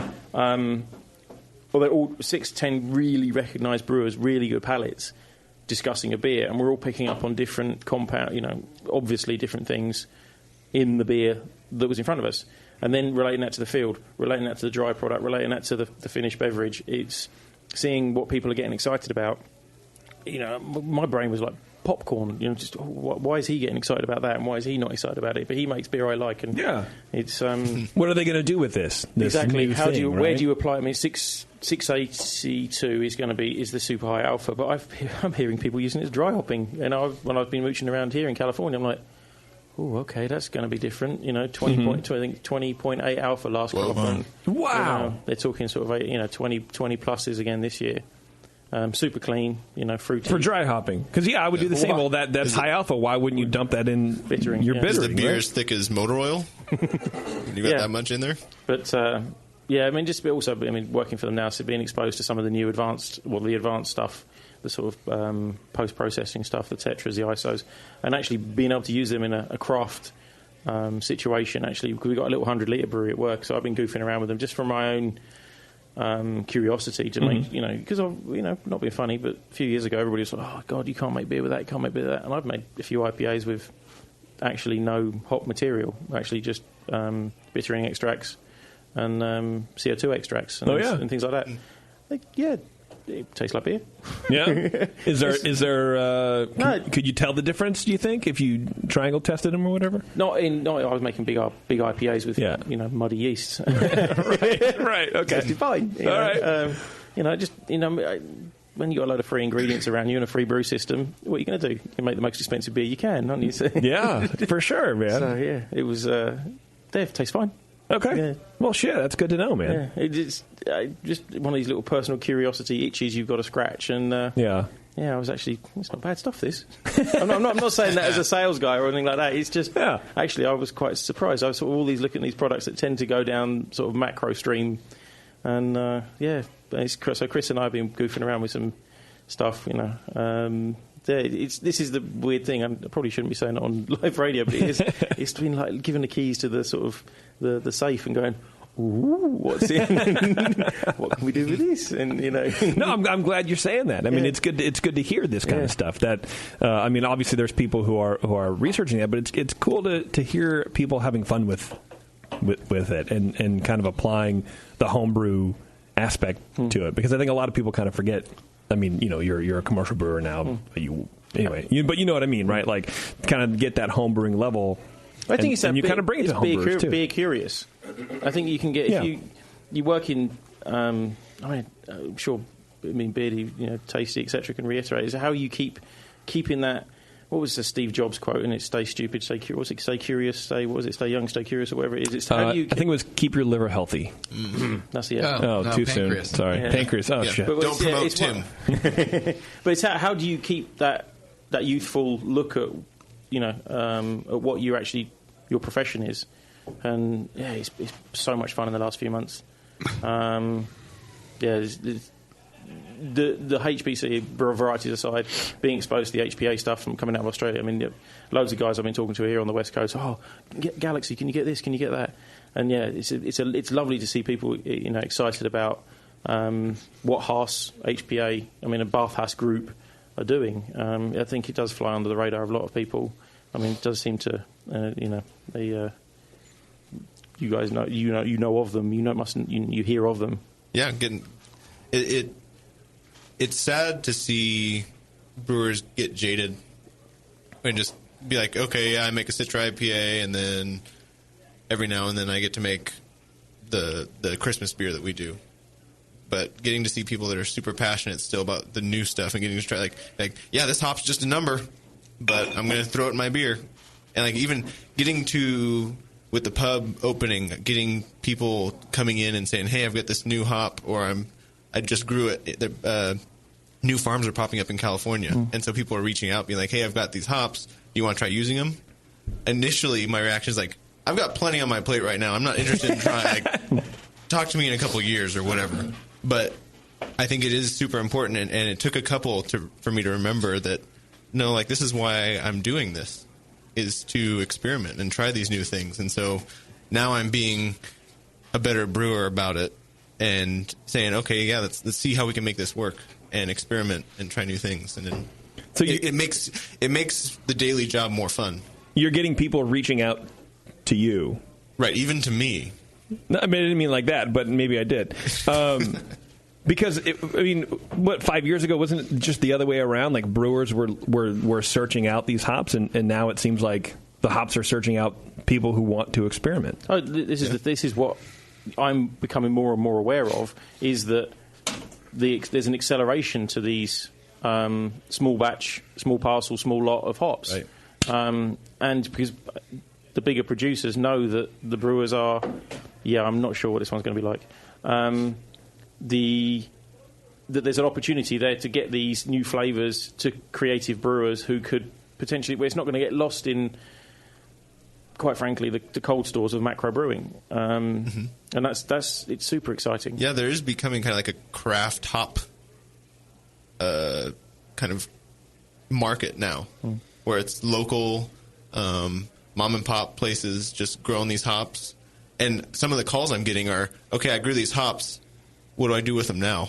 Like, what do I need to do in order for brewers to want to use them? Really? Yeah, and it's just like, well, first of all, you pay me an hourly wage to consult for you. What's it worth to you? Right. Why am I pouring? Like there's a lot of people that are getting into the hop industry because of the booming craft market, and they've got a piece of land, and they're like, what am I going to do with it? I'll plant some hops. There was some graphs we were being shown, charts, and the growth in non-Yakima, non-Oregon hops was really interesting as well. Seeing what's coming from Michigan, and I know my friend Kim, she brews at something River Brewing Company. She makes some killer beers up there, and she was telling me about Centennial being grown up that way, and it's different to Yakima, Oregon grown Centennial. But then so is Syrah grown in the Rhone, grown in Australia, grown out here. They all show differently, so why can't we learn to use? I'm talking. This is spitballing off of the Haas thing. It's just, as a brewer looking at it, why can't we use, and see what we can get, knowing that flavour might come from that territory. What can we do? And also, obviously, micro maltings as well seem to be popping up over here. I'm sort of keeping my ears. That seems to be quite interesting. So. Yeah, I think there's one or two. Dave at Magnolia is working on opening a little craft malting company in the Bay Area here, I think. Yeah, that's right. Yeah, him and a couple other folks. Yeah, are doing some things. Yeah, I don't know much about it other than that. Then it's happening. It's happening eventually. Yeah, that'll be cool. But that's an interesting idea. Yeah, we've been covering a lot of that, the kind of Midwest. I don't know if it's a resurgence, but the growth in Midwest hops. But they're specifically they want to target Midwest brewers. Which is kind of cool. There's that hyper-local focus that seems to be happening now. What do you think of the beer? I haven't even tried it yet. I don't even know what this is. Tell me what this is while I drink, please. So I picked this up completely, bloody randomly. Green Walnut Lambic from Beersel. I just thought this could be absolutely horrific or could be really, really nice. And thank God it's actually really nice. Man, Nate is missing out, I'll tell you that. I'm trying to read about what's in the beer, but again, there's not a whole lot of English. Why is it called Green Walnut? Do you know? I'm hoping it was green walnuts put in the beer. So anybody got nut allergies? Or is that the name of the brewery? Too late. No, it's Beersel. Oh. Oud Beersel. But this is, again, look, I mean, you're talking some pretty old school styles of beer, probably the oldest, Lambic, and we've had an elderflower and a green walnut. I mean, it's... Yeah. It says 2016, but on the back it says bottled 4 years before. That's cool. So it's a 4-year-old beer, even though it says 2000... Oh, because it's the release. Got it. Green walnut. That would be... Fuck. Huh. I wonder what green walnuts taste like. I don't know. That's a funky beer, man. It's very sweet. It's much sweeter. It's got a lot of new beer in it. You tell us, it's sort of like back flavored with the lambic kind of thing. It's sweet. I want to say it's nutty, but I don't know if I'm just fooling myself. It's good. You know what I mean? Like, you know how you can kind of just fuck with your mind? Yeah, power of suggestion. No, that's the word I was looking for, yeah. Your own mind. With your very own mind. Yeah. I do like it. I do like it. Yeah. So we've gone from South African barrel-aged quad. Right? Through Estonian beers. Here we go. Yeah, Ode Bracel Green Walnut is a blend of 1 and 2 year old lambics with fresh green walnuts added. There you go. First batch, approximately 1,300 bottles, was released in 2015. Second batch in June 2016. Following the French and Italian tradition of producing vin de noix and nocino from green, unripened walnuts. First commercial, Interesting. What else would you do with green walnuts? Let them ripen, I guess. Roast them, let them ripen, something. Right? Ooh, that's funky, But man. it does, like Tasty said, it gives us that, like a new quality to it. Mm-hmm. Do you like, is that a good thing? I like it. It's not my favorite. The sweetness, kind of new kind of sweetness part, it cuts that acidic thing that I don't like. Yeah. Too acidic, and it just takes it all away from me. Mm-hmm. But it's not for you. So many sour beers are going to like super acidic. I don't get the nuances of the Brett, and I don't get a lot of other things. This one's different. It's got kind of, whether it's good or bad, it's got this kind of new freshness to it. Yeah, I do like it. Okay, let's take a break on this note, because we have some food here, and I think we all need it after all these beers. So we're going to take a break. We're going to come back. I was going to do beer news, but I don't think I'm going to now. Because you just don't like it? Because I just don't like it anymore. No, because I think we have a bunch more to talk about. We definitely have a bunch more beer to drink. So anyway... Is that what we're going on? That's what we're going on, man. To the Brewcasters on the Brewing Network.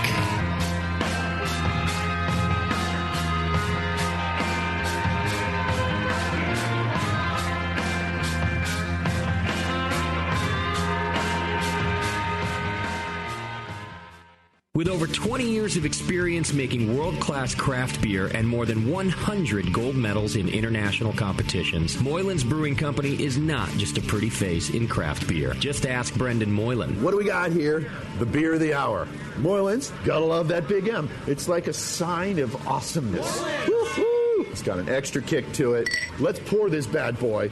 Oh, yeah. Oh, Moylan's. At the end of the night, when the kids are finally in bed, the wife's in bed, nobody's bothering your ass anymore, that's Moylan's time. Moylan's is for you. Yeah. It's to help you out. Yeah. It helps me out. What? Well, because it's freaking awesome. Northern California brewed. It's brewed with love. With love? Oh, yeah. Tremendous. And it's always best where? Moylan's. You gotta try it. On tap at Moylan's in Novato. They're friggin' awesome. Not only because I own the brewery, because I love the beer. Cheers! Boom. Kilt Lifter Scotch Ale takes big beers to a whole new level with rich malt balanced perfectly with delicate hops, and now comes in 4-pack tall boy cans so you can take the party on the go. Or come to the brewery, take a tour, and try any of Moylan's fresh creations right from the source. Check them out at moylans.com. Your support of the Brewing Network means everything to us. We couldn't produce shows without you. And we love giving you something extra for that support.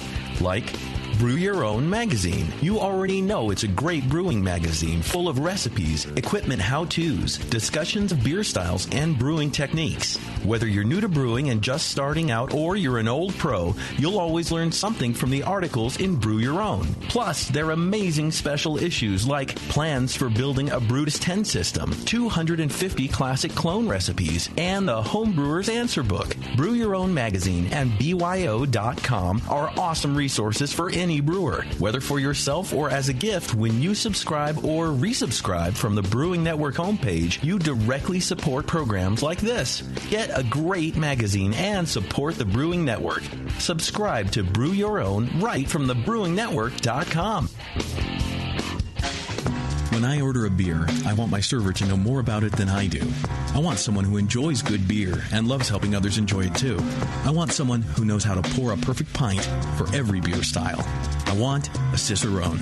The Cicerone Certification Program is creating the type of people who help you enjoy great beer. Home brewers and craft beer lovers know beer is more flavorful and complex than ever, and it takes some serious knowledge to store and serve beer right. Cicerones know beer. There are 3 levels in the Cicerone program: Certified Beer Server, Certified Cicerone, and Master Cicerone. Cicerones are truly the sommeliers of beer. The best beer locations have a Certified Cicerone on staff. Relaxed and unpretentious. Cicerones are tested on storing and serving beer, beer styles, flavor and tasting, the brewing process and ingredients, and pairing food with beer. Learn more about your next beer guide at cicerone.org. Certified Cicerone, because it takes top talent to present a perfect pint.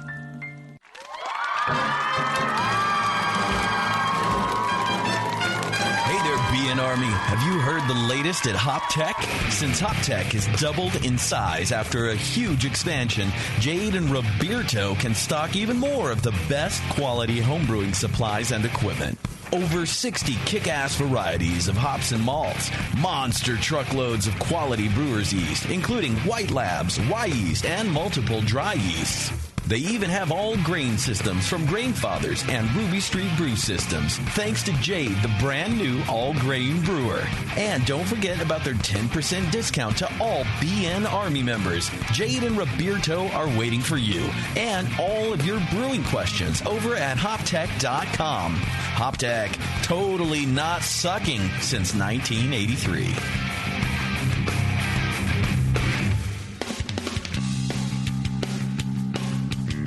Hey, my brewing brothers and sisters. This is Jamel Zainashev, and I want to tell you about Heretic Evil Twin.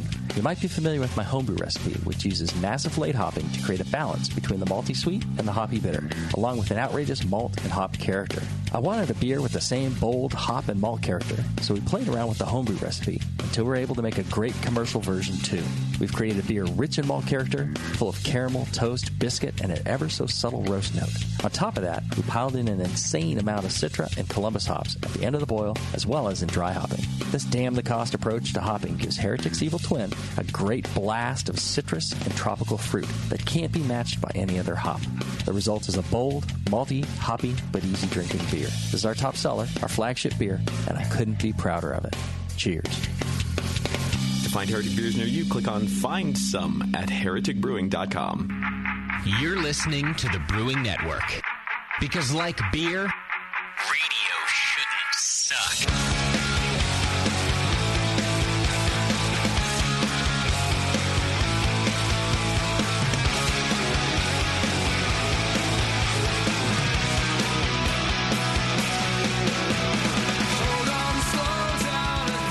All right, thanks for sticking with us, everybody. You're welcome. Phil, let me ask you a question. Are you getting enough? I am. No. Oh, Chris, let me ask you a question. Are you getting enough? Yeah, satisfactory. Oh, fuck. We're waiting for this one. Look at these guys. Look, okay, everyone, just go to adamandeve.com, and for a limited time only, you'll get 50% off just about any one item. When you select your item at 50% off, you will also receive 3 free adult DVDs, plus a free exclusive gift. And to top it all off, they will throw in free shipping on your entire order. So 50% off almost any item, 3 free DVDs, free something called the Power O vibrating ring. That's free. Whoa. That's the free exclusive gift. Because they're apparently we sold them out of the clit bumper. Really? So that was the thing that they were giving away for a while. They're out of that, and now they're changing to something else. Think of all the clits that are getting bumped right now. I still don't even know what those are. I don't think they exist. The bumpers or the clits? Both. Oh. It might be called, for all I know, it's the Sasquatch bumper. Can I tell you a story? Yeah. So I had this playing in my house one day. My mum came around and heard that exact sentence. What the fuck are you listening to? Yeah, it's those American guys, Mum. Oh, okay. They're weird, those lot. Blame it on the American. Yeah, blame it on you guys. Yeah. She knew exactly what was going on. And Perfect. I said, oh, okay, that's fine. Does clit mean something different over there? Nope. Oh. Nope. Even with the context of your mother around. And free shipping, of course, to top it all off. AdamandEve.com. Use code BNARMY. That's BNARMY at AdamandEve.com. And, get yourself a little bit more, man. Yeah, Power O. Get that Power O, baby. Let me see. Make sure. They don't say, do your O's need more power? They might be. Can we tell you about our Sassy's trip?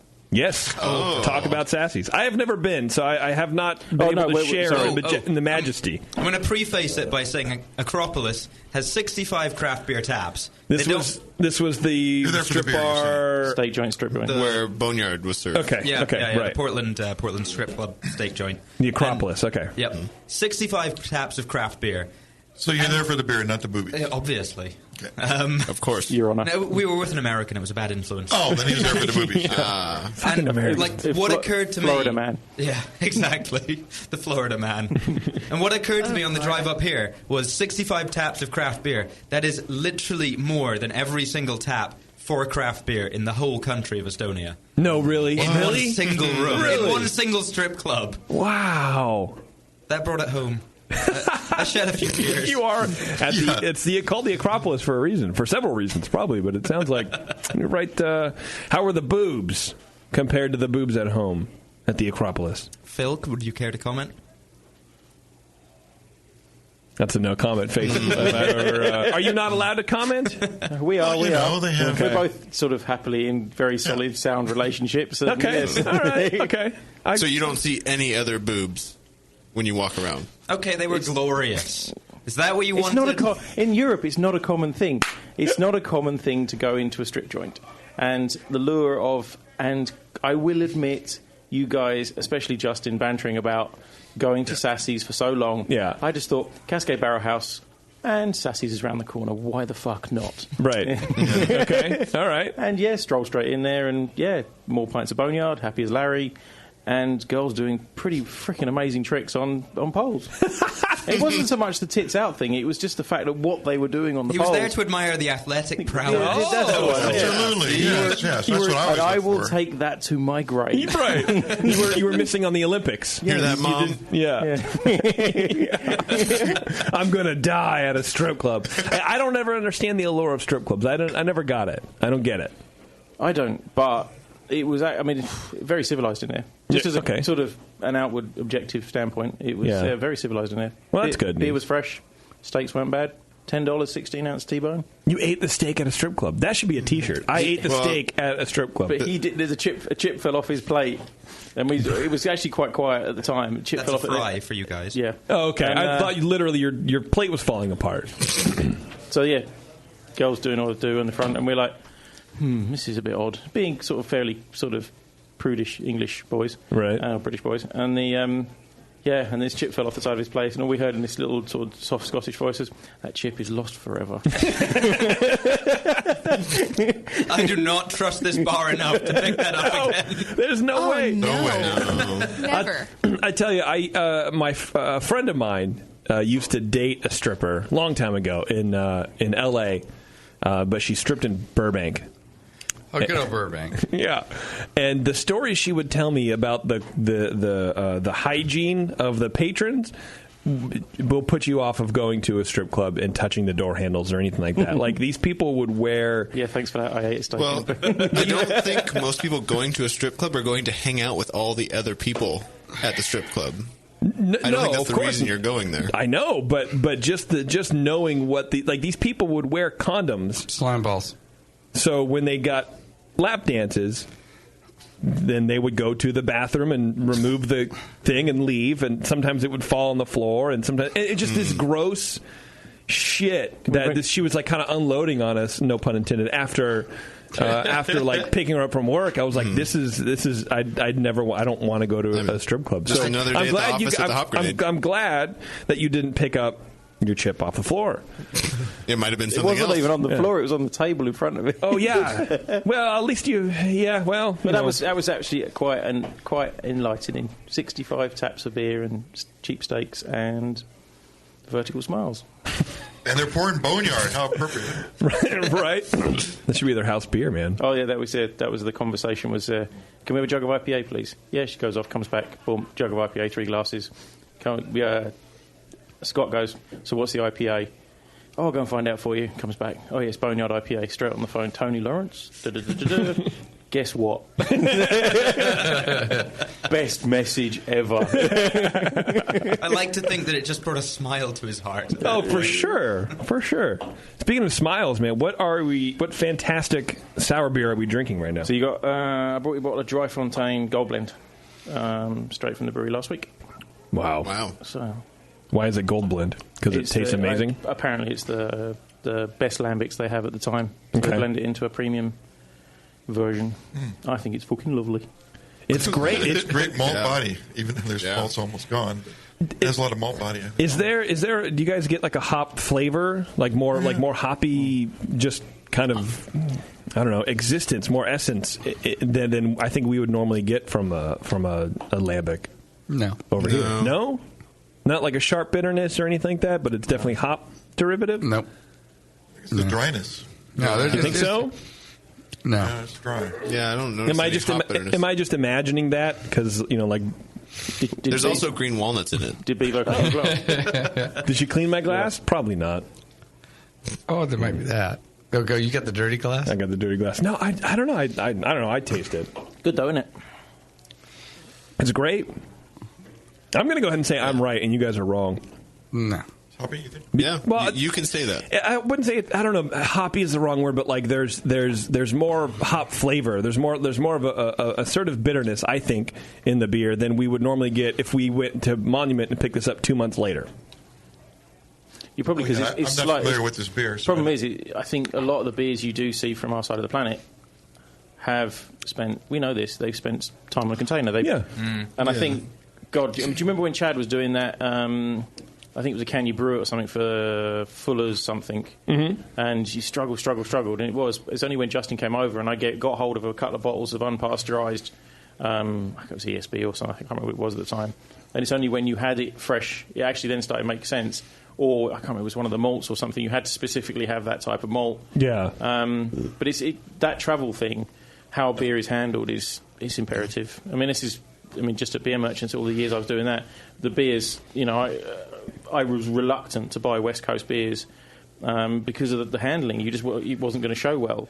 And equally, some of the beers that got a bit older, it's all right with Orval or something, or some of the Gurzes, but of course, by the time this guy gets to you, it's already spent 4 months in a bloody container. Well, and that's what I'm saying, and I think that the freshness of this, even though it is a sour beer, is showing. Sincerely, this came from Dry Fontaine at their new space, which is incredibly beautiful, by the way, if anybody gets a chance to go there.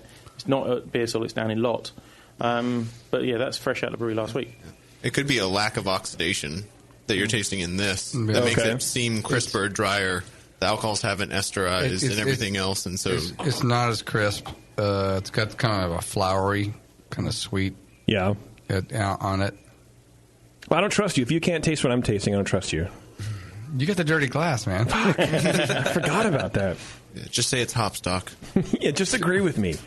No. I will never do that. But isn't it wonderful? You can actually sit there, same bottle of beer, across the table, and you debate. Mm-hmm. It's better than politics. So that's for sure. Tonight it is. Yeah. Quick, let's crash through this. What have we got next? What do we have? Oh right. Well, here. Wow. I love you. Someone's trying to get us drunk. I know, right? Someone doesn't have to drive home. Here, drink beer. Right. I'm a professional. I've been doing this for It's your job, man. All right, well, while I open this, tell me about what's your brewery in Breakside? No, that's Breakside. They're up in Portland. Broken promises. Breakwater. Yes. Yeah, got there. So, yeah, Breakwater. We got a bunch of Breakwaters in Dover and wanted to call it something. There's a little bit of BW in there, just Brew Wharf. Stupid, really. Over-emotional attachment to that bloody space. But that's all right, though, man. And it's, it's a fantastic little space. We got a little tap room, just fighting with local planning at the moment, which I'm sure you hear countless times on the show. Yeah, that seems to bridge every sort of international, dateline. Is how much civic nonsense. The guys in Cape Town. I mean, they have they have a lot of paperwork to do.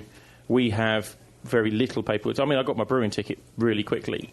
Then you have to do something called AWRS, Alcohol Wholesalers Registration Scheme, which, thank God, has actually gone on quite quickly. But then you have to have zoning permits. We are zoned already for production, thank God. But then to have the tap room, we need to have an A4 permit. Oh my God, wow! And then just to cap it off, they misinterpreted the application and then made us have to do the application all again and then have to sit through the reapplication process. What? Yeah, that's my local council. Bless them, they do some really great things, but this they really didn't do so well. They botched it. Yeah, so I'm currently sitting on my hands. And then we had a couple of complaints come in, then we had a really nasty piece of newspaper about us, and but they've come out and said, "Oops, sorry about that." So they've done a really nice piece on us since. What they say? I don't understand. Oh, just picking up on local BS. So we don't want to have. Basically, what a lot of people have read into it, they were going to have a massive brewery put behind their houses, and no, it's a little 900-litre brew house, and it's a little tap room. Well, is it a big building? Because you said there were 8 breweries in it at one time. No, right? there's 8 breweries in Dover. Oh, in Dover, not in your building. It's not in a building. We have a big building, but we're not occupying the whole site. We're only occupying the front site. So, yeah, there's a little bit of cross wires there and weirdness, and God, I could do without that stress. And it's so everyone living around you thought you were going to be some big mega complex. It was just a couple of people. So we were going to open a massive location. It's that modern, small, a bunch of taps, bunch of cask. Beer brewed on, so a little bit more than a brew pub. No, not really any food. Just a great place to go and hang out. That's all I wanted to have. I got so fucked off with brewing at home. I had a little 100-litre system. I was, a couple of tap kegerator at home, as we all have, and people coming around drinking beer, and it's like, this is costing me money, and I'm having to tie it up after you bastards, and right. And the hospitality thing's getting wearing a bit thin, and I love it. I do enjoy it. I mean, I've grown up in hospitality. I grew up in a real ale free house, but every Sunday morning, 50 glasses, 20 glasses, like Jesus Christ. And I'm lucky. I've got 2 really cool neighbours. So yeah, I think you'd have to have really cool neighbours to keep that up for that long. Yeah, but it's also other people coming into town, friends. Just making beer, giving away to weddings and things like that. And I just thought, sod this, that's always been my driver, to get something a bit more professional. And here we go, finally. Yeah. 10, 15 years of planning, and it's always been an itch.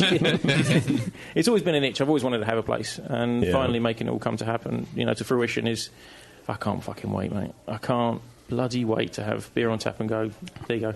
How long is it going to take from right now? Fingers crossed, Christmas. I mean, we've put a borehole. We've put our own borehole in. We've got amazing water from right under the cliffs. So we're right at the bottom of the valley. The water is stunning. That's for me the sort of the cherry on the cake with that location. Okay. Without having the sheet in front of me, I think it's like 57 parts per million calcium. I mean, 75 parts per million. Is that good, Doc? Yeah, it's good. Yeah, it's great brewing water. Yeah, it's just literally, middle for diddle white paper. There's nothing, little bit of this, little bit of that if you have to. But yeah. Do what you want with it. Exactly. Oh, really? Okay. Yeah, that's why Dover had such a brewing heritage, is the water. I mean, I don't know if you've ever heard, there's a fancy writing paper called Conqueror. That came from Dover way back when, because the River Dower, that actually runs right beside the brewery, is such a fantastic water source. It's so good. It's got little brown trout knocking around. You sit there literally outside the brewery, and there's trout knocking around underneath your feet. So when this opens, how's your traveling going to do? Are you going to stop traveling as much and hang around the place? Yeah, I've got to. I mean, without my face is on the label. Well, people want to come and see you, and then if you're never there. Are you going to be the Sully? Kind of like Sully at 2-1A? Yeah, you might Sully. Sean and I did have that conversation last night, actually. yeah, I got the shoulder grip, the Vulcan death grip from Sean, as sort of like, so what are you going to do then? And but yeah, it'd be nice to see my girlfriend for an extended period of time. But I'm busy with the hops. Yeah. Things will calm down with that. We're getting bigger, we're taking more people on, so spreading the workload a little bit thinner. So yeah, but I've always been good at juggling 2 jobs. I've always done it. No social life, and Jack would, but fuck it, I work in the beer industry. Yeah, right. Yeah. So what's better? No fishing time for a little while, but yeah, great. It's I'm she is in your hobby. So will you have a brewing team that stays there while you're doing I'm talking to I've got a young lad who's a bit older, and he's ex like McDonald's. I know it sounds a bit daft. I didn't really want to employ another brewer. I wanted somebody who could clean. And yeah, I've got a little lad who's going to start there with me. I've always liked taking people on who don't necessarily, hardcore beer geeks, hardcore home brewers. And it's nothing to do. They've got. I hate that statement when some brewers say, "Oh, they've got an opinion. They're going to get in your face and tell you what to do." No, it's nothing to do with that. For me, it's just they're more sculptable. Some of these people, people who don't come in with other ideas. Because I kind of want to. There's some of the beers I want to. I know I want to brew for the sort of first few beers. I've got my first sort of test batch, sort of recipes. I know I kind of sorted out. I've been brewing for a long time. I know kind of what I want to make. But it's the ad hoc stuff. It's the stuff at the top end, the stuff that is going to get my friends excited. That's the stuff I want. Because I come from a hospitality catering background, and I come from Michelin-star kitchens. I want to treat the place as something towards that point, that it's an experience place rather than just. I love Triple Rock. I love the sort of, Barclays used to be up. It's gone now. I loved all the amount of people that are hanging out in there, having good fun, and there's the tight community around it. And I want to have that, but I also want to have, say, JP comes into town. God forbid the guy gets on an airplane for 9 hours or 11 hours, but we'll figure it out. It'd be like 1,000 hours. Yeah. Well, 1 hour is 1,000. But it's like or speaking to, like Chris. Chris and I have been discussing beer, Brett. Wild beer. My kit is not so commercially bound to be my sole income. So let's make something that's, let's scratch an itch. What do we want to make? Well, let's have some fun. Let's get a bit creative about stuff.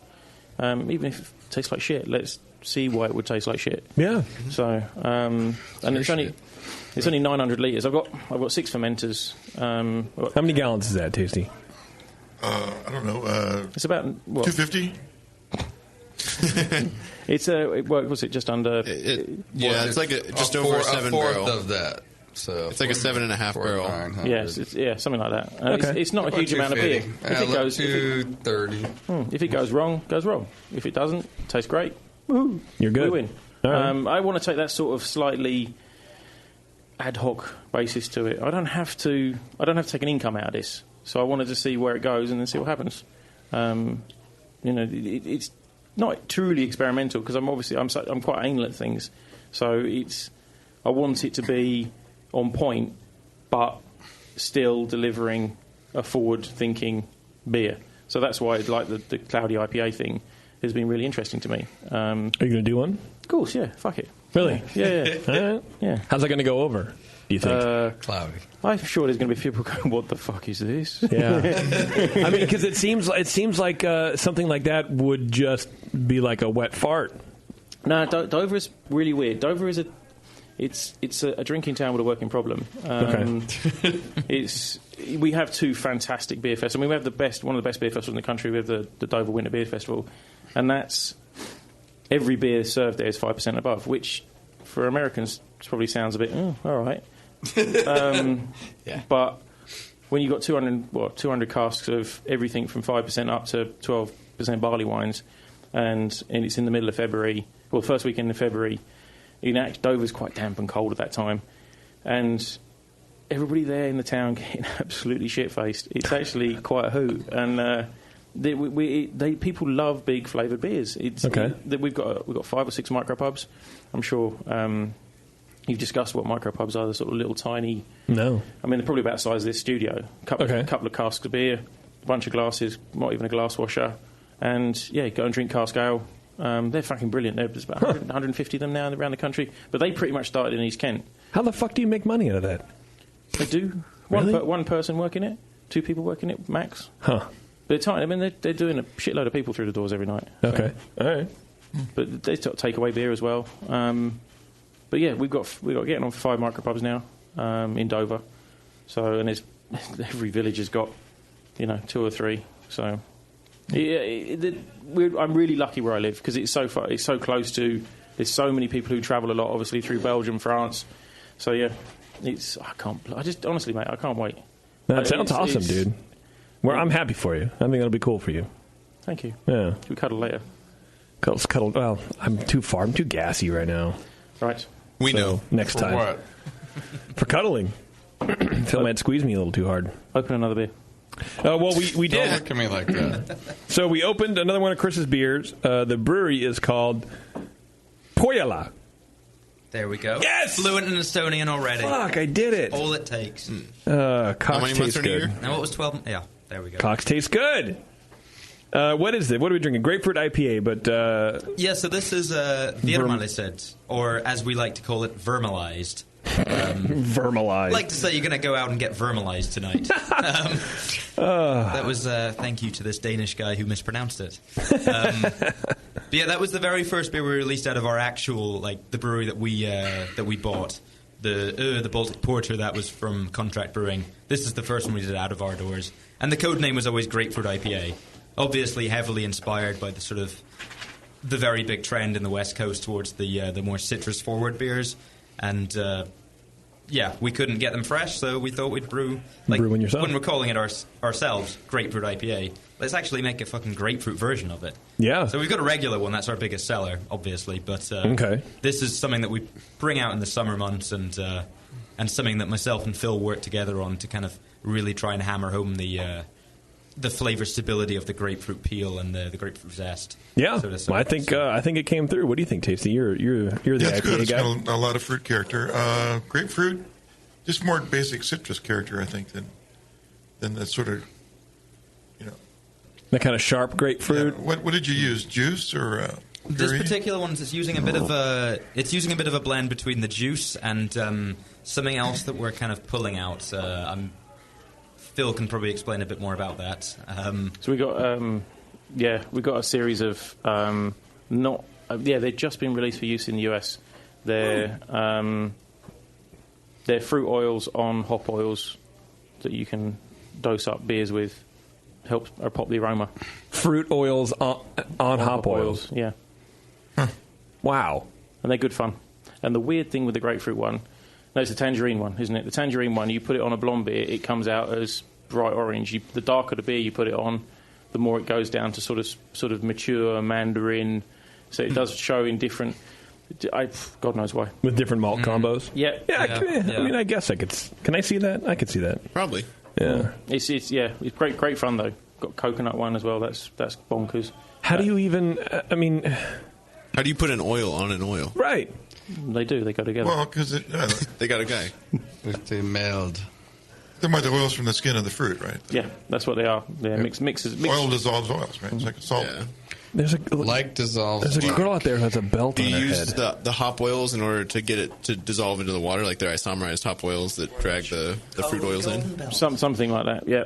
Again, out my pay grade. I don't want to sound ambivalent to it, but I know how it works, and I've been dosing up and playing around with them, and they're great fun. And the best bit was, pretty much we were having a conversation. Phil had sent over a couple samples of some other stuff, a tangerine one, and then I said, we do a grapefruit IPA every year. Could you make this easier for us?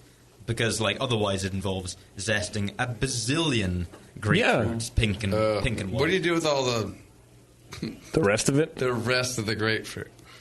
Because I've been there, I've zested and zested and zested. Now you got all this naked fruit. Because you have to do something. Well, that's why we tried to eliminate the zesting part of it, because we used so much of it. Yeah, you better have some llamas or something you can feed this to. I'll tell you what we did for the lemon one, the white IPA.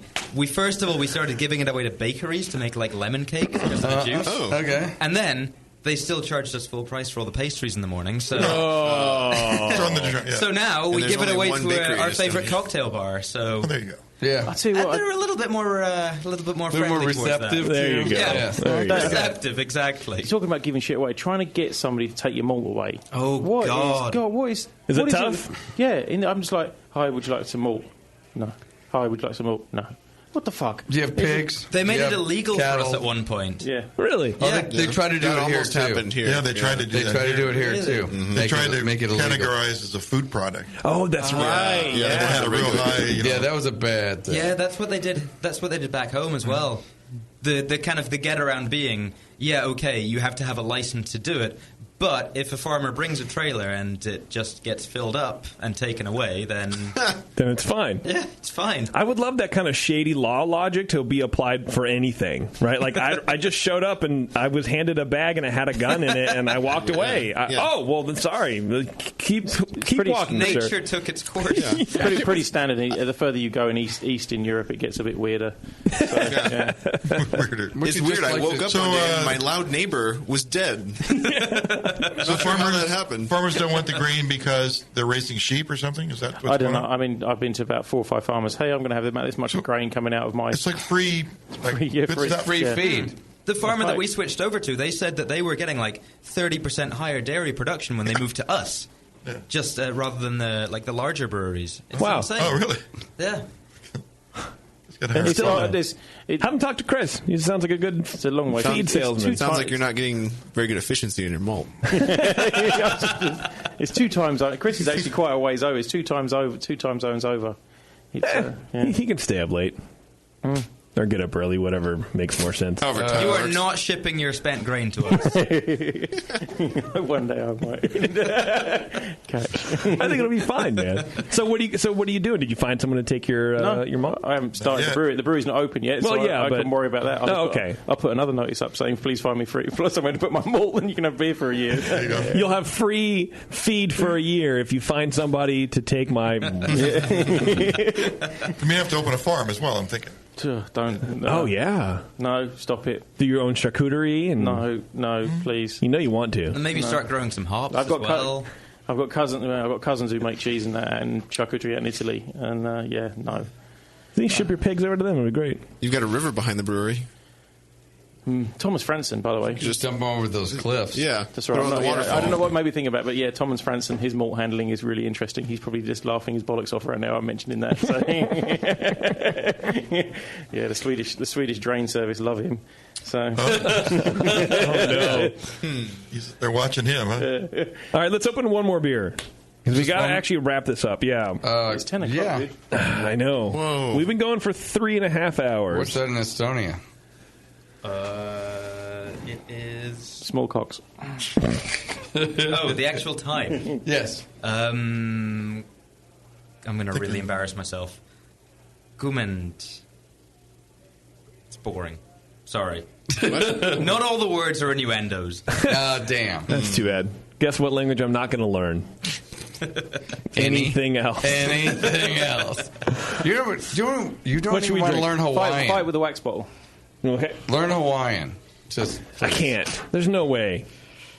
Every time I was walking through the airport and I saw the lays, I kept going, Mukalakaliki. I know you want a lay.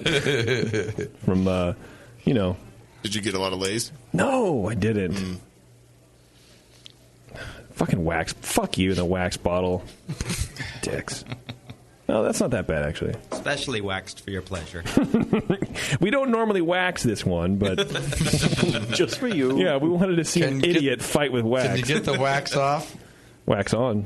Wax off. What beer are we... what beer am I opening, Chris? This is another... Dude, it better be worth it, man. This is another Pohjala beer. Yeah, so this is Tara Avita, which is an Estonian battle cry. It means, like, may Thor help us. Turn on your avatar. I heard that. Thor help us. It's a rum barrel-aged stout because... The rum barrel-aged because not many people know this, but Estonian pirates burnt down the Swedish capital in the, early times. Typical Estonians. Yeah, exactly. Just classic night. You know that? Some booze in him and they get all crazy. No? Yeah. So this has been sitting in Martinique rum barrels for many months. And, it's a pretty fun beer. It's got a bit of peated malt, a bit of smoked malt, and... I think this particular batch is one of the best beers we've ever made. Oh, really? But I shouldn't have said that. You had to throw the peat in there, didn't you? Yeah, why would you do that? It's that accent. Yeah, I've got to break it out somehow. You can't put peat in all the IPAs. A rum barrel-aged stout. But on the label's lovely. Label's cool, man. So, neutral barrel, huh? Are you guys going for a lot of barrel age? Seems like you're doing a lot of darker beer, barrel aged beers. That's kind of what. Well, partly what you guys it's are because drinking they out there? travel better over here than. Okay. Like that's one thing that we had a conversation with the importer. Like they said, we don't want to bring IPAs from you guys over to the States because there's no point, and we said that's good because there's no point. So, like we do a lot of IPAs, but we're really, really big on the dark beers. Okay. Porters, Baltic porters. Those are our bread and butter. That's what we're known for. Okay. Barrel aged. I can see why, man. Thank you. That's delicious beer. Where are you getting all of the rum and tequila? I don't associate with being made in high volumes in Estonia. They're the national drinks. There's one supplier. In Germany. No, there's a German. There's a really, really good company that we worked with based out of Germany. They import a lot of barrels, so we pretty much tell them what we want and where we want them from, and then they'll kind of tell us, okay, we can get you this many at this time. It's really, it's really good because we couldn't get bourbon barrels way back when. We can now get bourbon barrels that are pretty wet, which is. It's a big change up for us. I mean, it's like getting fresh hops. How big are your barrels? That depends on the barrel size. That's my point. So, are they very similar question? The 55-galloner? Are they the 12? Are they the big guys? I can give you it in liters. Big ones are small. Bigger than you? Smaller than you? Small and big. We've got the bourbons are probably the standard size, 1.9 hex, so probably 55 gallons. 50, 51, something like that. Yeah, and then we also use Pedro Jimenez for some beers, which are 500 liters. So pronounced Jimenez. 12 gallons. They're 500 liters. The rum puncheons. Rum cast those are 14 seem to run small. Yeah. The very first time we did this, they seemed to be ex-bourbon. Then used into rum. They looked like they'd been pulled off the back of a pirate ship, those ones. They were some of them were leaking, massive pain in the ass. These ones were fine to work with, though. And then we work with some different wine, or sort of higher strength wine ones, Muscatel Roxo, various others, and those are more 225 or 300 liters. So I think it depends. Preferably for me, the bigger the barrel, the better, because then you've got fewer barrels, so to say, so fewer inconsistencies between the entire batch. That way, you can easily taste 4 different barrels, but tasting 8 different barrels and pulling a blend together is a pain in the ass. Yeah, it makes it a lot harder. You're hating filling day even less. But when you only have to fill 8 instead of who 16. Who hates filling day more, you or Chris? Well, I don't like filling day. No, it's emptying day. That's a dentist joke. Oh! Wow. Yeah. Oh, layers. There are layers. It's coming. Actually, yeah. When I see a whole day full of fillings, I fucking hate it. That's when you cancel my appointment. Well, it's like doing 10 little jobs when I could do one big job and be done. And yeah. I love you. I hate people at the end of the day for that. I hate you. I love this beer. This is good. This is a good beer. It's making me all warm inside. Yeah, that's why we release all our dark barrel-aged stuff in the middle of summer. Yeah. That's good. Yeah. Yeah, this is great, man. I appreciate you another awesome beers over here, man. Yeah, well, I have to bring presents. It's always nice when you get beers as a brewer, so yeah. It's even nicer to kind of give beers as a brewer. Especially, I swapped one of them for a pint of Pliny the Elder the other day. And oh, nice. That's a pretty big win. Yeah, that's pretty good, man. And it would be kind of embarrassing if you didn't make a good Baltic Porter coming from where you do.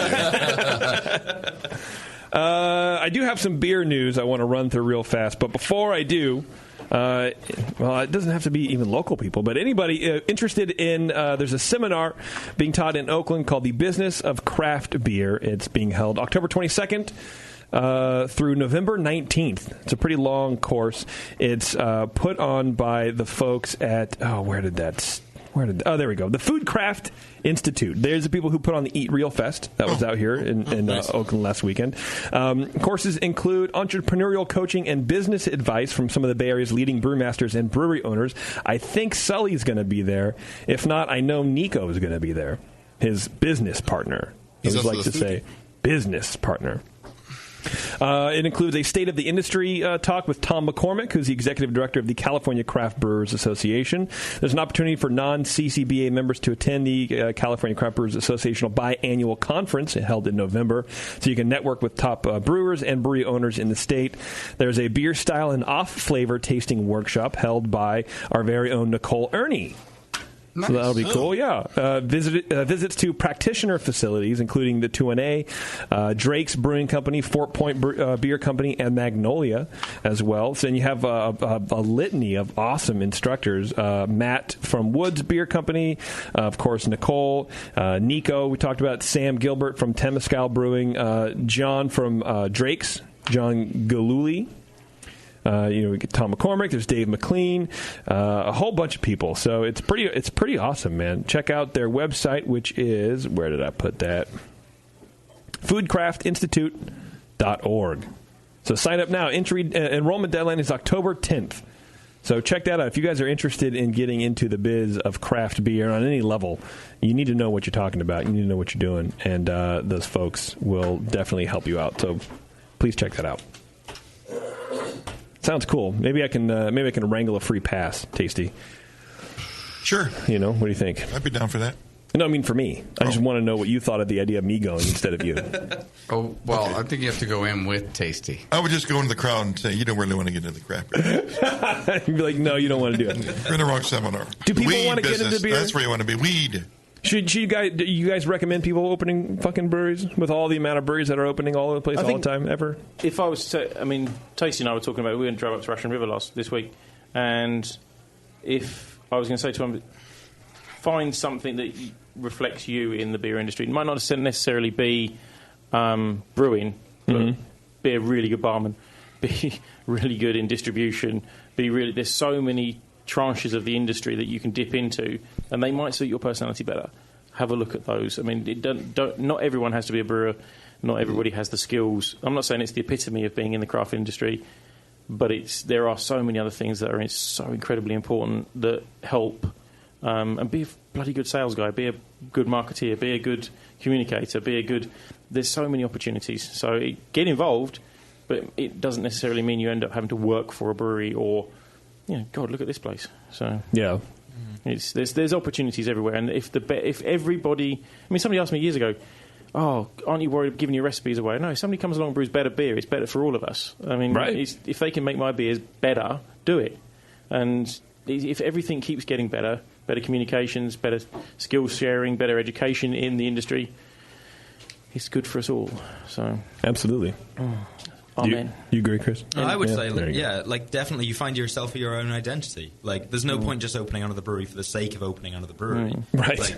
Right. We have enough of that shit. For obvious reasons. Yeah. But, we very clearly focus on the fact that we're in the Baltics. We want to make stuff that is porter-based, or we want to use the local ingredients. And we do other stuff, of course, but, this is what grounds us. And without that, we would just be kind of, there's loads of breweries. That's what I worry about going forward in this. I hate that term. Going forward in this industry is that we just cookie cutter, cookie cutter IPA, cookie cutter session IPA. Everyone doing everything. Cookie cutter farmhouse with Brett. It's just like. Yeah. You have to differentiate. Yeah. Everything. I went in one brewery when I was down in San Diego. Not naming names, but I'm pretty much certain that a red IPA, a red something that was, straight out of Jamil's classic beer styles. Oh, really? Yeah. Oh, man. Boy, you think that's bad? No. Lots of people have admitted that. That's on all brewery shows. No, but if you've got no vision or making it your own. Yeah. I've taken blind pig recipe that's banded around the web, but I've tweaked it. And that's what Phil was saying. Yeah. It's you make it your own. Well, I love his thing where he says, I just want a freaking tap room that I can call my own. Yeah. That's awesome. Yeah, but that's what I don't have any aspirations to dominate the Southeast beer scene. No, I just want to have people come in and enjoy beer. That's it. Yeah. You have to be a real glutton for punishment if you want to go through the pain of opening a brewery just to make someone else's beer. I blew my back out. like you've been doing. No, I mean to just copy someone else's recipe to go through design a brewery, go through the registration and licensing and everything, and then be like, Yeah, so I'm just going to look up this recipe and just we're gonna make brew. that. We're gonna brew these of Jamil's recipes, and that's our 5 flagships. Yeah, right. Or like all the kits from More Beer. We're just gonna. That's what we're doing. We're gonna order a bunch of kits from More Beer. Yeah, that's our flagship. I got some grief for taking that, because I said to people it was a sort of kind of inspired by Blind Pig, sort of kind of took the recipe, but I've changed this, moved that around, and it's a completely different. Like Tasty's Janet Brown. Never heard of it. I changed. It was the same-ish, same sort of thing, a lot lower ABV. Mm-hmm. Let it go. Well, it's okay. I wanted to sell the fucking thing. Don't let people get on your ass for that one, because you can do the same recipe in your kitchen. It's going to be different. Oh yeah, and you're not doing it to do. I'm not Vinny Gilloso for starters. No. None of us are. Yeah. But you could have the interest to kind of play around with that recipe to add and take away stuff. But that's the thing, coming from a kitchen background, of course, you want to start that type of dish, where the fuck do you go? You go to a recipe book straight away. Yeah. And, we don't have many beer recipe books out there. Okay, there's more coming out now every day, but the first place you jump to is the web. Whether or not those recipes are right or wrong, they're a sort of kind of start point. It's a starting point, for sure. Mm-hmm. Yeah, and I think that's totally fine. But I like the philosophy of you put into it what you want to see. I mean, that's why we got involved in brewing in the first place. True. Right? And let's talk about some beers. Oddly enough, I didn't even mean to do this, but there's a couple English stories in here, one involving Camera. I used to write for Camera. Oh, yeah? I write all their brewing stuff. I've stopped doing it now. It's really good fun. 4 years of that. That sounds fun. No, it was really interesting.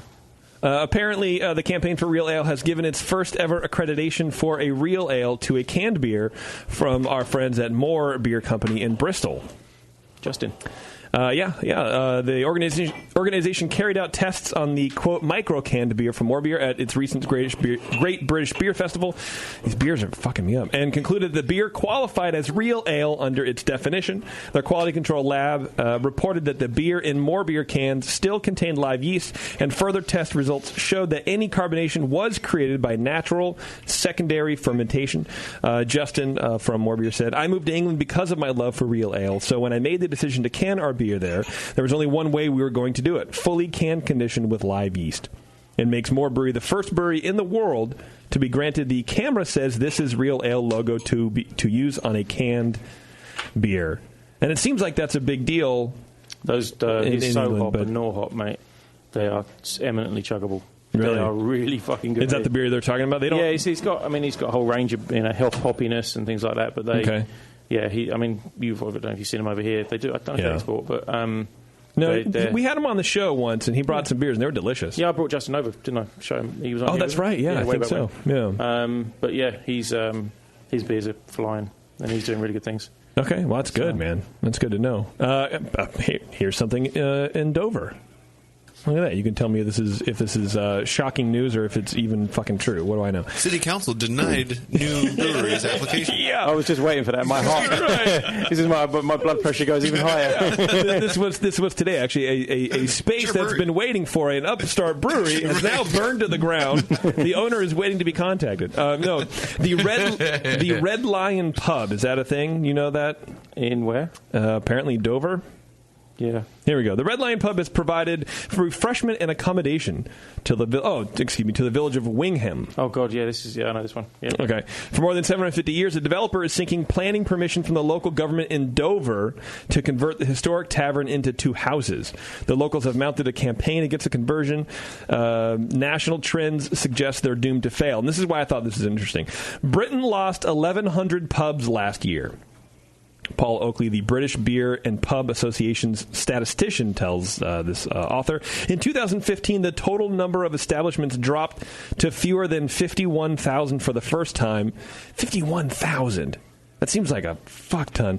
The nation has lost more than 13% of its pubs in the past decade, with more than a quarter closing since 1980. Thing is, if you drive into the cities, you'll still see shitloads of pubs. But what you don't see, I grew up in a quintessentially English real ale free house.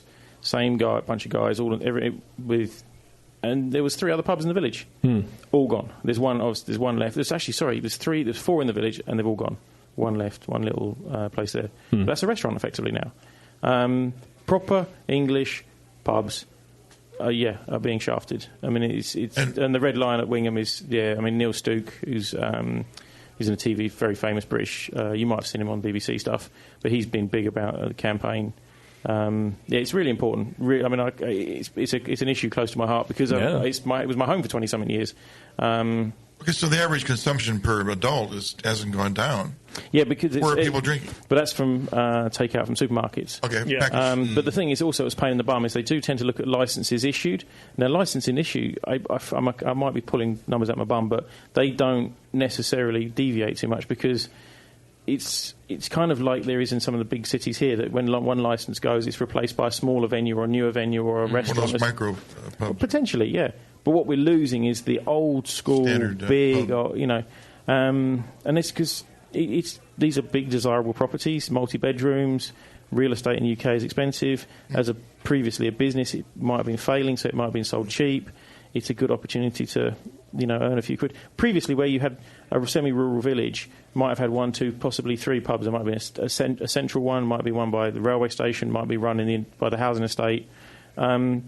But you're just not seeing them anymore. I mean, it's a real crying shame. Because in the pub culture, right, people would go there to congregate and find out what's going on. That's all changed. It's a lot. It's like you guys over here. You got big TVs, you got PlayStations like crap. It's easier to stay at home and drink a 6-pack. Be equally entertained. Yeah. But pubs have deteriorated. But the pubs have been put under pressure because of business rates, which is business taxes for operation, and they are still. The local councils aren't being as on point and actually going, these businesses aren't trading as hard as they used to. Why are we trying to draw the same revenues out of them as we once did? There's a serious issue there and it needs big-time addressment. It frustrates the living. I mean, it's not an issue I tend to get involved with too vocally at home, but it's definitely an issue. Well, you're opening up a brewery, but it's a pub as well. I mean, but that's one of the reasons I did actually focus on brewery and tap room is because in a dwindling market, I'm seeing some of my peer brewers. It's become a price game on some of the to try and get tap. So we're not actually. I mean, that's one of the things I do look at. I don't know if you ever see some of the sort of Freakonomics type podcasts. I wish somebody would actually look at the number of taps that are available on a macro scale across country and regional, and then actually define, is there a reduction of those, expansion of those? Oh, yeah, where's it going? That's actually what we want to know as brewers, not necessarily venues. No, that's where you put beer. That's sold on the faucets, yeah. But the venues do reflect the number of taps then. Sure. Bigger the venue, likelihood, more taps. Right. But I mean, we're talking about the pubs that you would come over, you'll walk around London, you go to the Cheshire Cheese, you go to the, Whitehorse Parsons Green. They're not going to go. Those are quintessential legendary places. It's the everyday average village communication hub that is getting. It's the nondescript. They're just your next door pub. They're the ones that go in. They're you see average pubs. Packet of crisps, pint of beer, popping on Friday night. They're gone. They're going. So it's. Sad. Well, anyway, that's sad. And that's what this article. And how many is that per year? We're from Bloomberg. What's that? We kind of define what they are. How many were? Last year, 1,100 were gone. Wow. All because of texting. Well, and basically they're saying that there's a few reasons for it, but the main one, according to Bloomberg, this Bloomberg article, was just changing trends in how Britons spend their leisure time. Spending on wine, beer, and spirits for consumption at home surpassed drinking out for the first time in 2012. So it's kind of just this thing, man. And that kind of surprised me that it was only for the first time, then. Right. But drink. I mean, we have a lot lower drink drive limits than you have here. Okay. You just don't. You can't. It's not. You just can't do it. And it's actually really expensive to take a taxi. Public transport sucks occasionally. If you live out in the rurals, it's not. It means you've got to walk. God forbid. Right. So. It's changing. Another reason not to go to the pub. It's a long walk. There's a bigger list not to go to the pub than to go to the pub. Yeah, and you got entertainment at home. The internet. Internet. Gotta love the internet, dude. Yeah, Blackadder. Let's name all of our British shows. All the old BBC. Yeah. Monty Python's on. Anything with Felicity Kendall. I'm all about it. Whatever. Here's a fun one. Apparently, these Swiss researchers have discovered that beer goggles are actually a thing. Again. In case nobody ever fucking knew this. Drinking beer does make you friendlier, happier, less inhibited, and maybe even sexier. They said. We found that drinking a glass... You sexier, or the people you're talking to sexier? Beaver, this is where yes. you want Taryn in the room right now, don't you? The girls all get prettier at closing time. Right. We found that drinking a glass of beer helps people see happy faces faster. This is what was fascinating to me, because I kind of did some detailed shit on this. Helped people see happy faces faster and enhances concern for positive emotional situations, said lead researcher Matthias Lechty, head of psychopharmacology research at University Hospital in Basel, Switzerland. In other words, drinking beer might make you more social and empathetic. Researchers came to these conclusions after studying 30 men and 30 women. Half were randomly assigned to drink enough beer to raise their blood alcohol level to about 0.4 grams per liter. The others had near beer. Before and after, both groups performed various tasks, including facial recognition, as well as tests of their empathy and sexual arousal. Both groups then switched roles and repeated the tests.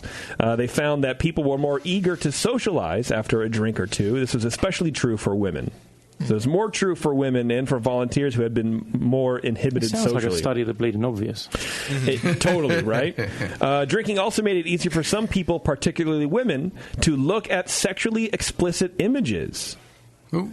But easier? What does that mean? It made I don't know. Where's the thing? They look a big dick. But it didn't make nauseous. But it didn't make them any more turned on. I don't know. I guess it's like, no, I don't want to look at like porn or whatever. But you have a couple drinks and it's like, oh, I'll watch it. But it didn't necessarily turn them on. Where men are just, it's on or off. It's not. There's no that. There's 0 to 100. Yeah, there's no fader switch there. Like findings were published September 19th in Journal of Psychopharmacology. Blah blah blah. This is an interesting study confirming conventional wisdom that alcohol is a social lubricant and that moderate use of alcohol makes people happier when it comes to sexual engagement, said some doctor. Though this person who is a doctor, I can't pronounce his name, was not involved in the study. He offered several theories for differences between men and women. If you remember, women are more attuned to this shit. He says they could stem from differences in BAC after the same amount of beer, differences in tolerance due to previous alcohol use, or sociocultural factors. I don't know. I thought that was really interesting. Did you look up what 4 grams per liter is in percent? No. Oh. You said you did some detailed research. No, I didn't. I said I liked it because it went into some detailed points about it. Oh, okay. Yeah. But I didn't. Are you kidding me? You don't like the detail. You just like the fact that... I just like the fact that it sort of explained, why women, tend to, I don't know, be more socially engaging. I guess when they're drunk. Oh, you're talking about drunk chicks. Yeah, drunk chicks. Like that. See the couple right out the window? Yeah, the chick has a belt on her head. I don't understand it. I don't know, man. Bev, what is that? She is fully engaged socially. Yeah. That's a Tinder couple right there. Go ask them. No, I'm kidding. Don't do that. It's a headband. Sure, fine. Okay, whatever. It's terrible, but it's a headband. Repurpose that. Before we get out of here, if you're interested in making kombucha and turning it into a business, or just need a refresher on best practices, join White Labs for a 2-day course taught in collaboration with Manna Nova. Instruction will cover the science and process behind kombucha for microbiology, fermentation, formulation, scaling up, and choosing the right equipment, which I would imagine is pretty important, to dealing with common issues. Register at yeastman.com. Before September 22nd. 2017. Fuck, man. Really? For more information, visit whitelabs.com/education. What is wrong with us? Hey, what is wrong with us? In Basecamp, that is listed as the September live read. You're the one who went to Hawaii last week. That is not my thing. Fine read. So, Warren, I heard you spoke at that thing. Yeah. Oh, yeah. It was a great turnout. Yeah. I'm ashamed. Yeah. What ABV can you target for kombucha? Yeah. There was one guy. His name was Clayton. He wasn't very happy. This show's going to go down. He was throwing things at you. That was Clint. Clint? Yeah. Oh, I've been saying Clint hated you. Oh, well. Yeah. No, Clayton's just long-winded. Nice guy. He writes a lot. Oh, okay. Play some music. Clint, not so much. This music right here? Yep, that's the music. All right, great. Oh, the phones are down. Chris, thanks from Pohjala. No, you were better before. Fuck, what is it? Pohjala. Pohjala. So, thank you for having me. You're very welcome. The beers were fantastic, man. They're really good. Dead or sex? What's that? Cheers. Dead or terrible sex. sex. That's right. Fuck, I forgot. Phil, I Great to see appreciate you it, guys. man. How do we find out more about your brewery? Follow us on the various social media things as Breakwater 304 or breakwater.beer on the normal web. Okay. So, yeah, keep in touch. Lovely to see you all. Yeah, for sure, man. And, look, thanks for we didn't even put a fucking dent in this beer, dude. We still have over half a box full of beer, so we got some work to do. Anyway, everyone, thanks for tuning in. I hope you guys have a good night. And, I don't know, we'll talk to you later or something. As great as his charity.